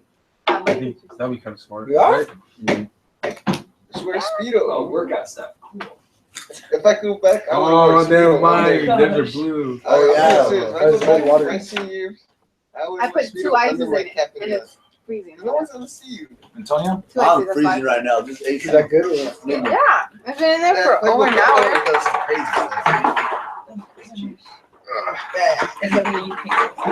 I really curved myself. Don't get it, like it legit. I don't know. I like overstretch or something. Like I can't when I squeeze it hurts. And then I like Alright. I learned like 3 periods. You guys have got 30 seconds or more.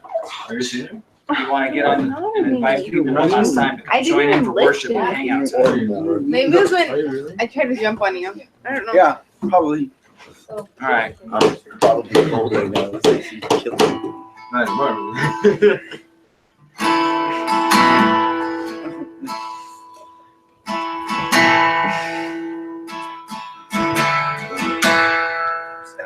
Without a finger. Let's pray real quick. Father God, I pray that you would help me be able to play worship without the use of my finger. And God, that as always, it doesn't matter how we sound. It doesn't matter about notes and pitch. I pray, God, that our hearts are on fire for you. And every person here wants to make the Lord of the universe smile because they hear the song of our hearts as we cry out to you. And God, just like David went through some crazy trials, we all face difficult things in life. And so I pray right now, God, that we could just lay those things at your feet, that we could put everything before your altar and just have you take control of our lives. We love you, Lord, and we worship you.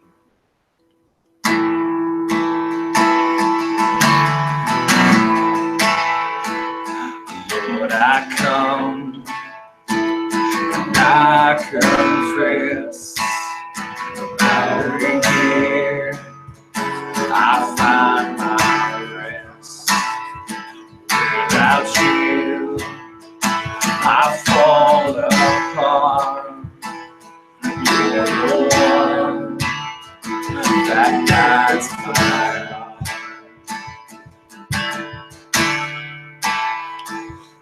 Lord, I need you.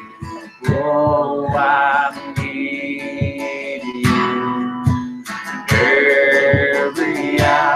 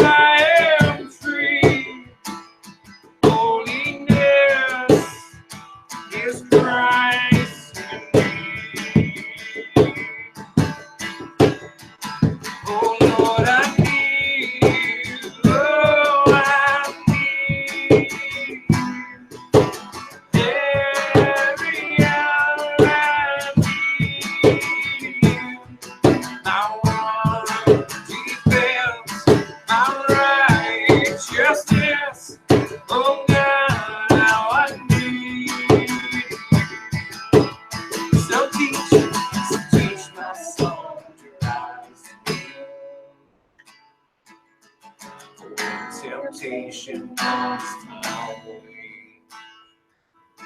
When I cannot stand, I'll fall on you. 'Cause Jesus, you're my hope and sing. Sing, so teach.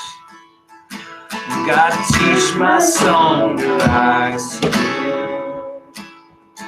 Every temptation comes my way.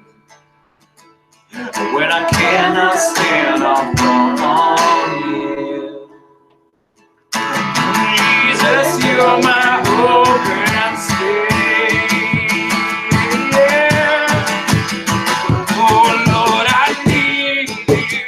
Oh, I need you. Every hour I need you. You're my one defense. You're my righteousness. Oh God, how I need you. You're my one defense. My righteousness. Oh God, how I need you. You're my one defense. My righteousness. Oh God, how I need you.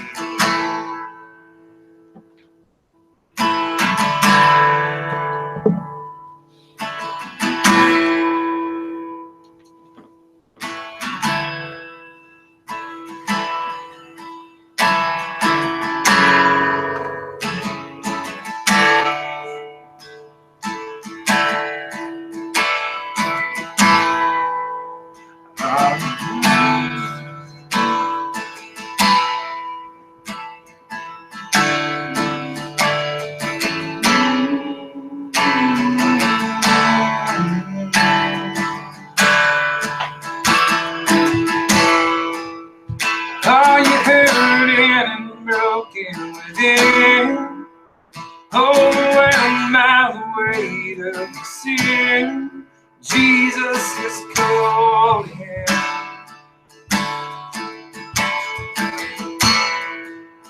Have you come to the end of yourself? Do you thirst for a drink from the well? Jesus is calling.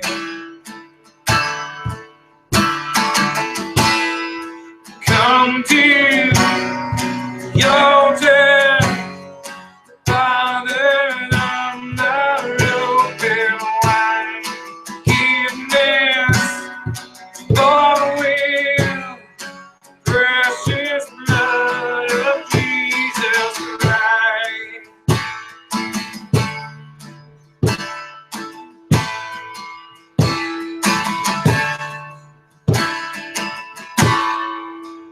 Leave behind your regrets and mistakes.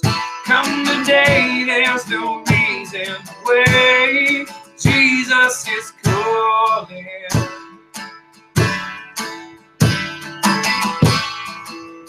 Bring your sorrows and trade them for joy. From the ashes a new life is born. Jesus is calling. Let's take it to the Lord. Come to your death, Father, on the open wide. Forgiveness for will, precious blood of Jesus Christ. Come to your death, Father, on the open wide. Forgiveness for will, precious blood of Jesus Christ.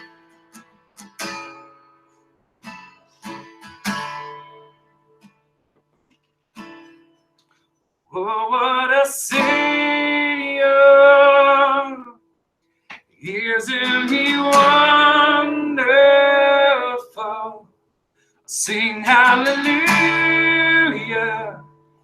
Christ is risen.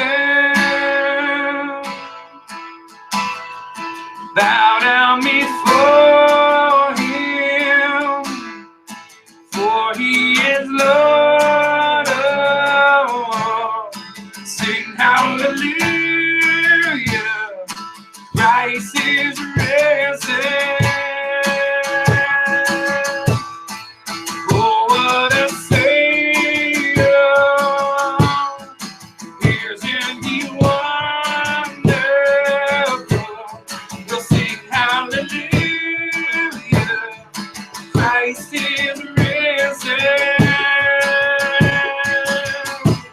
We'll bow down before him, for he is Lord of all. We'll sing hallelujah, Christ is risen.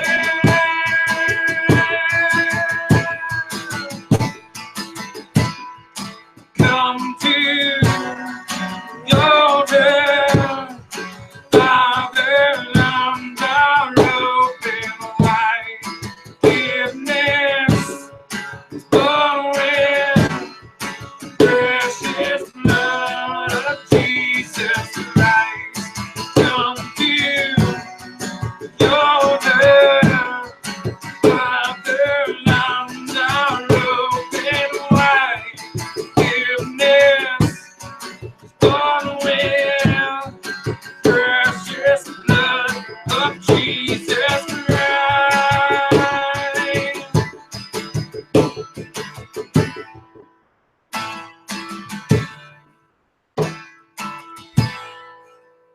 Bear your cross as you wait for the crown. Tell the world of the treasure you found.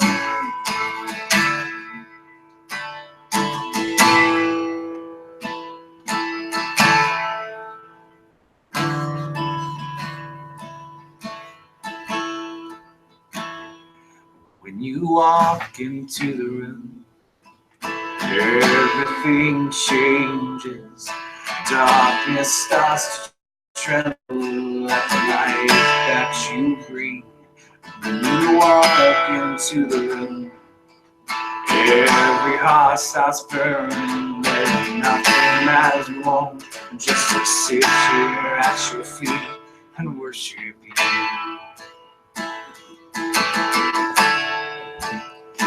We worship you.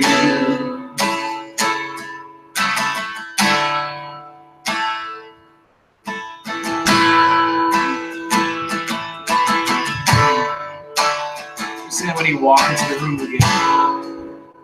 This is a song we're singing truly about how Jesus said, when two or more are gathered, that he is there in the presence. And that if we are expecting him here, we expect the Spirit of the Lord here, we can feel his presence among us. And even if someone else next to you doesn't feel his presence, if you're expecting God to work, if you're expecting God to answer your prayers, then you can experience that feeling of when he walks into the room. And when he starts doing that work inside your heart and giving you that peace and surety that surpasses understanding, that he's going to take care of the things you bring to him.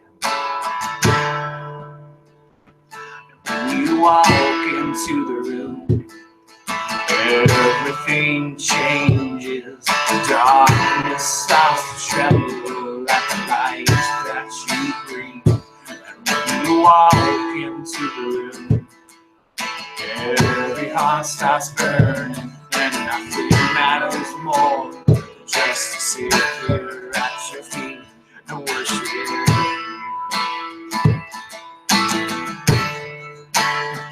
We worship you, oh Lord. We love you. We'll never stop, can't live without you, Jesus. We love you, can't get enough. All this is for you, Jesus.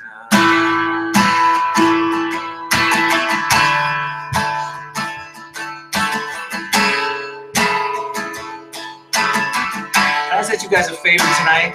I don't usually ask for favors during worship. Whether you're not normally a singer, Raul, Jay, I know. Let's do this. We're gonna do that chorus again. Julio, again, all of us. And Alexis, of course. Let's sing that chorus again.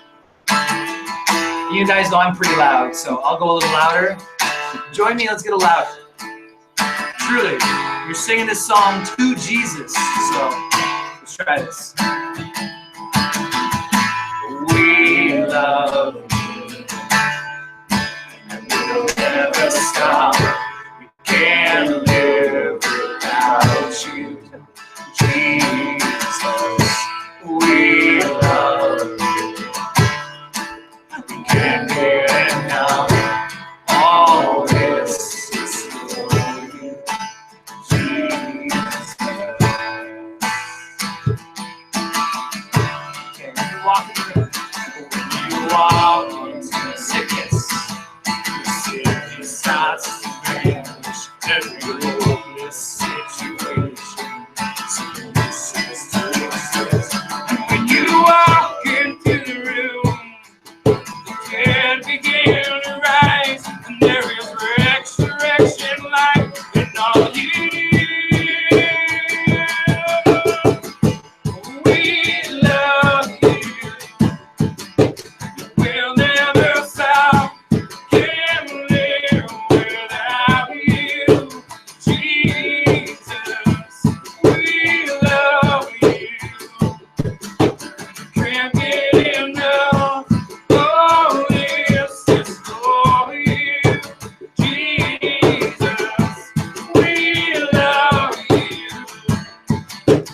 We'll never stop. Can't live without you, Jesus. We love you. Oh, we can't get enough. Oh, this is for you, Jesus.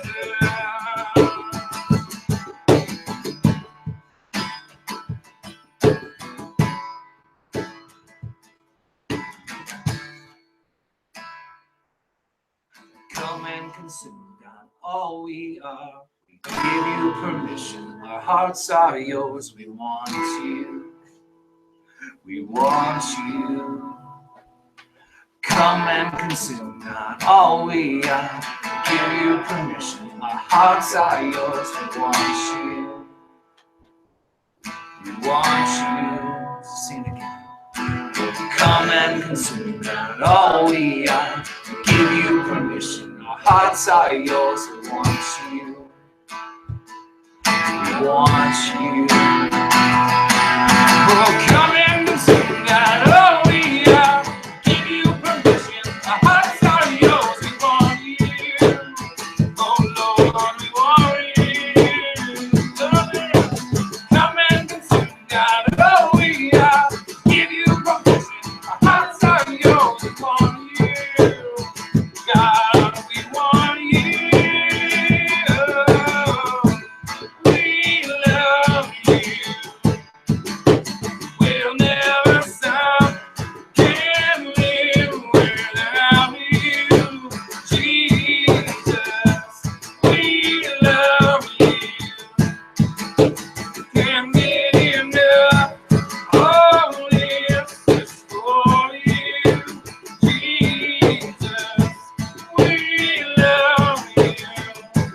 And we'll never stop. All this is for you, Jesus. We love you. Can't get enough. All this is for you, Jesus.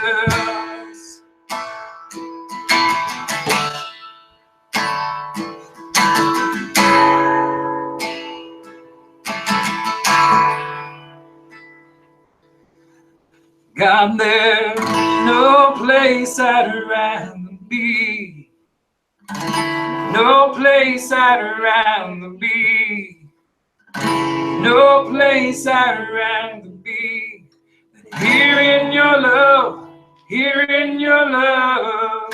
No place I'd rather be. No place I'd rather be. No place I'd rather be than here in your love, here in your love. Set a fire down in my soul that I can't contain, that I can't control. I want more of you, God. Oh, I want more of you, God. Set a fire down in my soul that I can't contain, that I can't control. I want more of you, God. I want more of you, God. Set a fire down in my soul that I can't contain, that I can't control. I want more of you, God. I want more of you, God. Set a fire down in my soul that I can't contain, that I can't control. I want more of you, God. I want more of you. No place I'd rather be. No place I'd rather be. No place I'd rather be. Here in your love, here in your love. No place I'd rather be. No place I'd rather be. Thank you, Lord. No place I'd rather be. Here in your love, right here in your love, there is no place I'd rather be. No place I'd rather be. No place I'd rather be. Here in your love, here in your love, there is no place I'd rather be. No place I'd rather be. No place I'd rather be than here in your love, here in your love.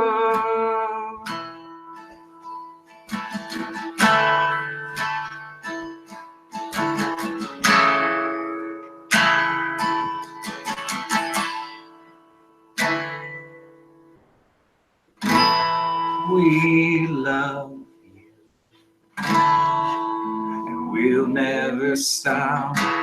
Can't live without you, Jesus.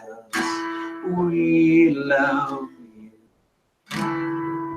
We can't get enough. No, this is for you, Jesus.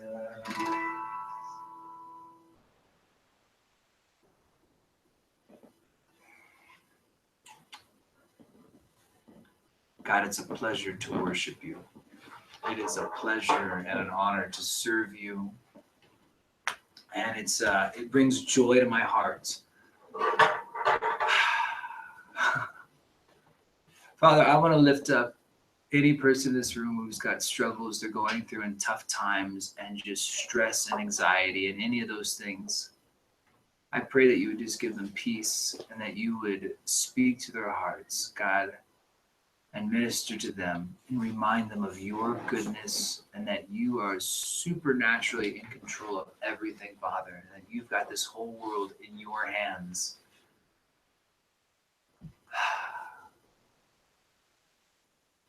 God, the stresses of life do exactly what Satan wants them to do, and it drives us away from the things that are intended to heal us. Lord, we stumble in sin, and the last thing we ever want to do is confess it to a friend. But that's the recipe for healing. Lord, we get angry, and we get just riled up in the flesh, and the last place we want to be is church. But God, when you walk into the room, we're reminded that there's no place we'd rather be than here in your love and your presence with our brothers and our sisters. That, God, you do amazing things. And we are so quick to wander. We are so quick to stray. God, I pray you continue to surround myself and surround these people with Christian brothers and sisters and friends who will continue to push them in the right direction and not in the wrong direction. Lord, that they're not like Amnon's foolish friend who leads them to sin, but God, that we'd be wise friends who would keep us from sin, and that they would just keep pushing us forward. And we're discouraged, that they would be there to encourage us, Lord, like Barnabas, or the son of encouragement, that we'd have people that would just be able to lift each other up, that we'd be able to pray for one another so that we could truly experience healing from those hurts and pains that just hit us every day. God, lastly, I pray that you would just give us a heart for lost souls, that our relationship with you isn't just about how beautiful you are and how much you bless us, how amazing our love for each other is, but that you place your heart inside of us, and so that we don't just experience your great love, but that we too can experience, Lord, the pain in your heart over your lost children. That we would truly come to an experiential, deep-rooted and seated knowledge that without you, there is no heaven, there is no hope. And that we would really be broken and lost. That we'd be broken over the lost, that we'd be broken and hurt over our family, our friends who don't know you. And that we wouldn't just live life with shields over our eyes, trying to ignore the reality. Give us your heart to love others. Give us your heart to long to see others come to salvation. Help us to hate sin. Help us to love righteousness. Help us to live holy lives so that we can put everything in your hands and trust that you've got our whole life under control, so that we have not a single thing to worry about in this world. And I pray, God, that you would just open the hearts of your children tonight, that we would be able to pray for each other and for the needs of those in our families and the needs of those as our close friends. And that we could lift them up so that, Lord, that our whole houses and all of our acquaintances and friends would be living lives for you.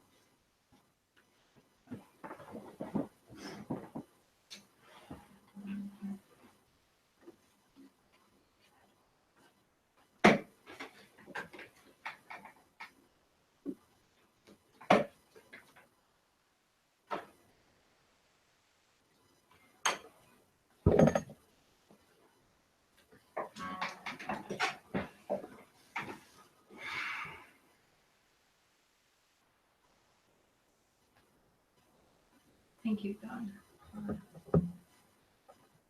who you are.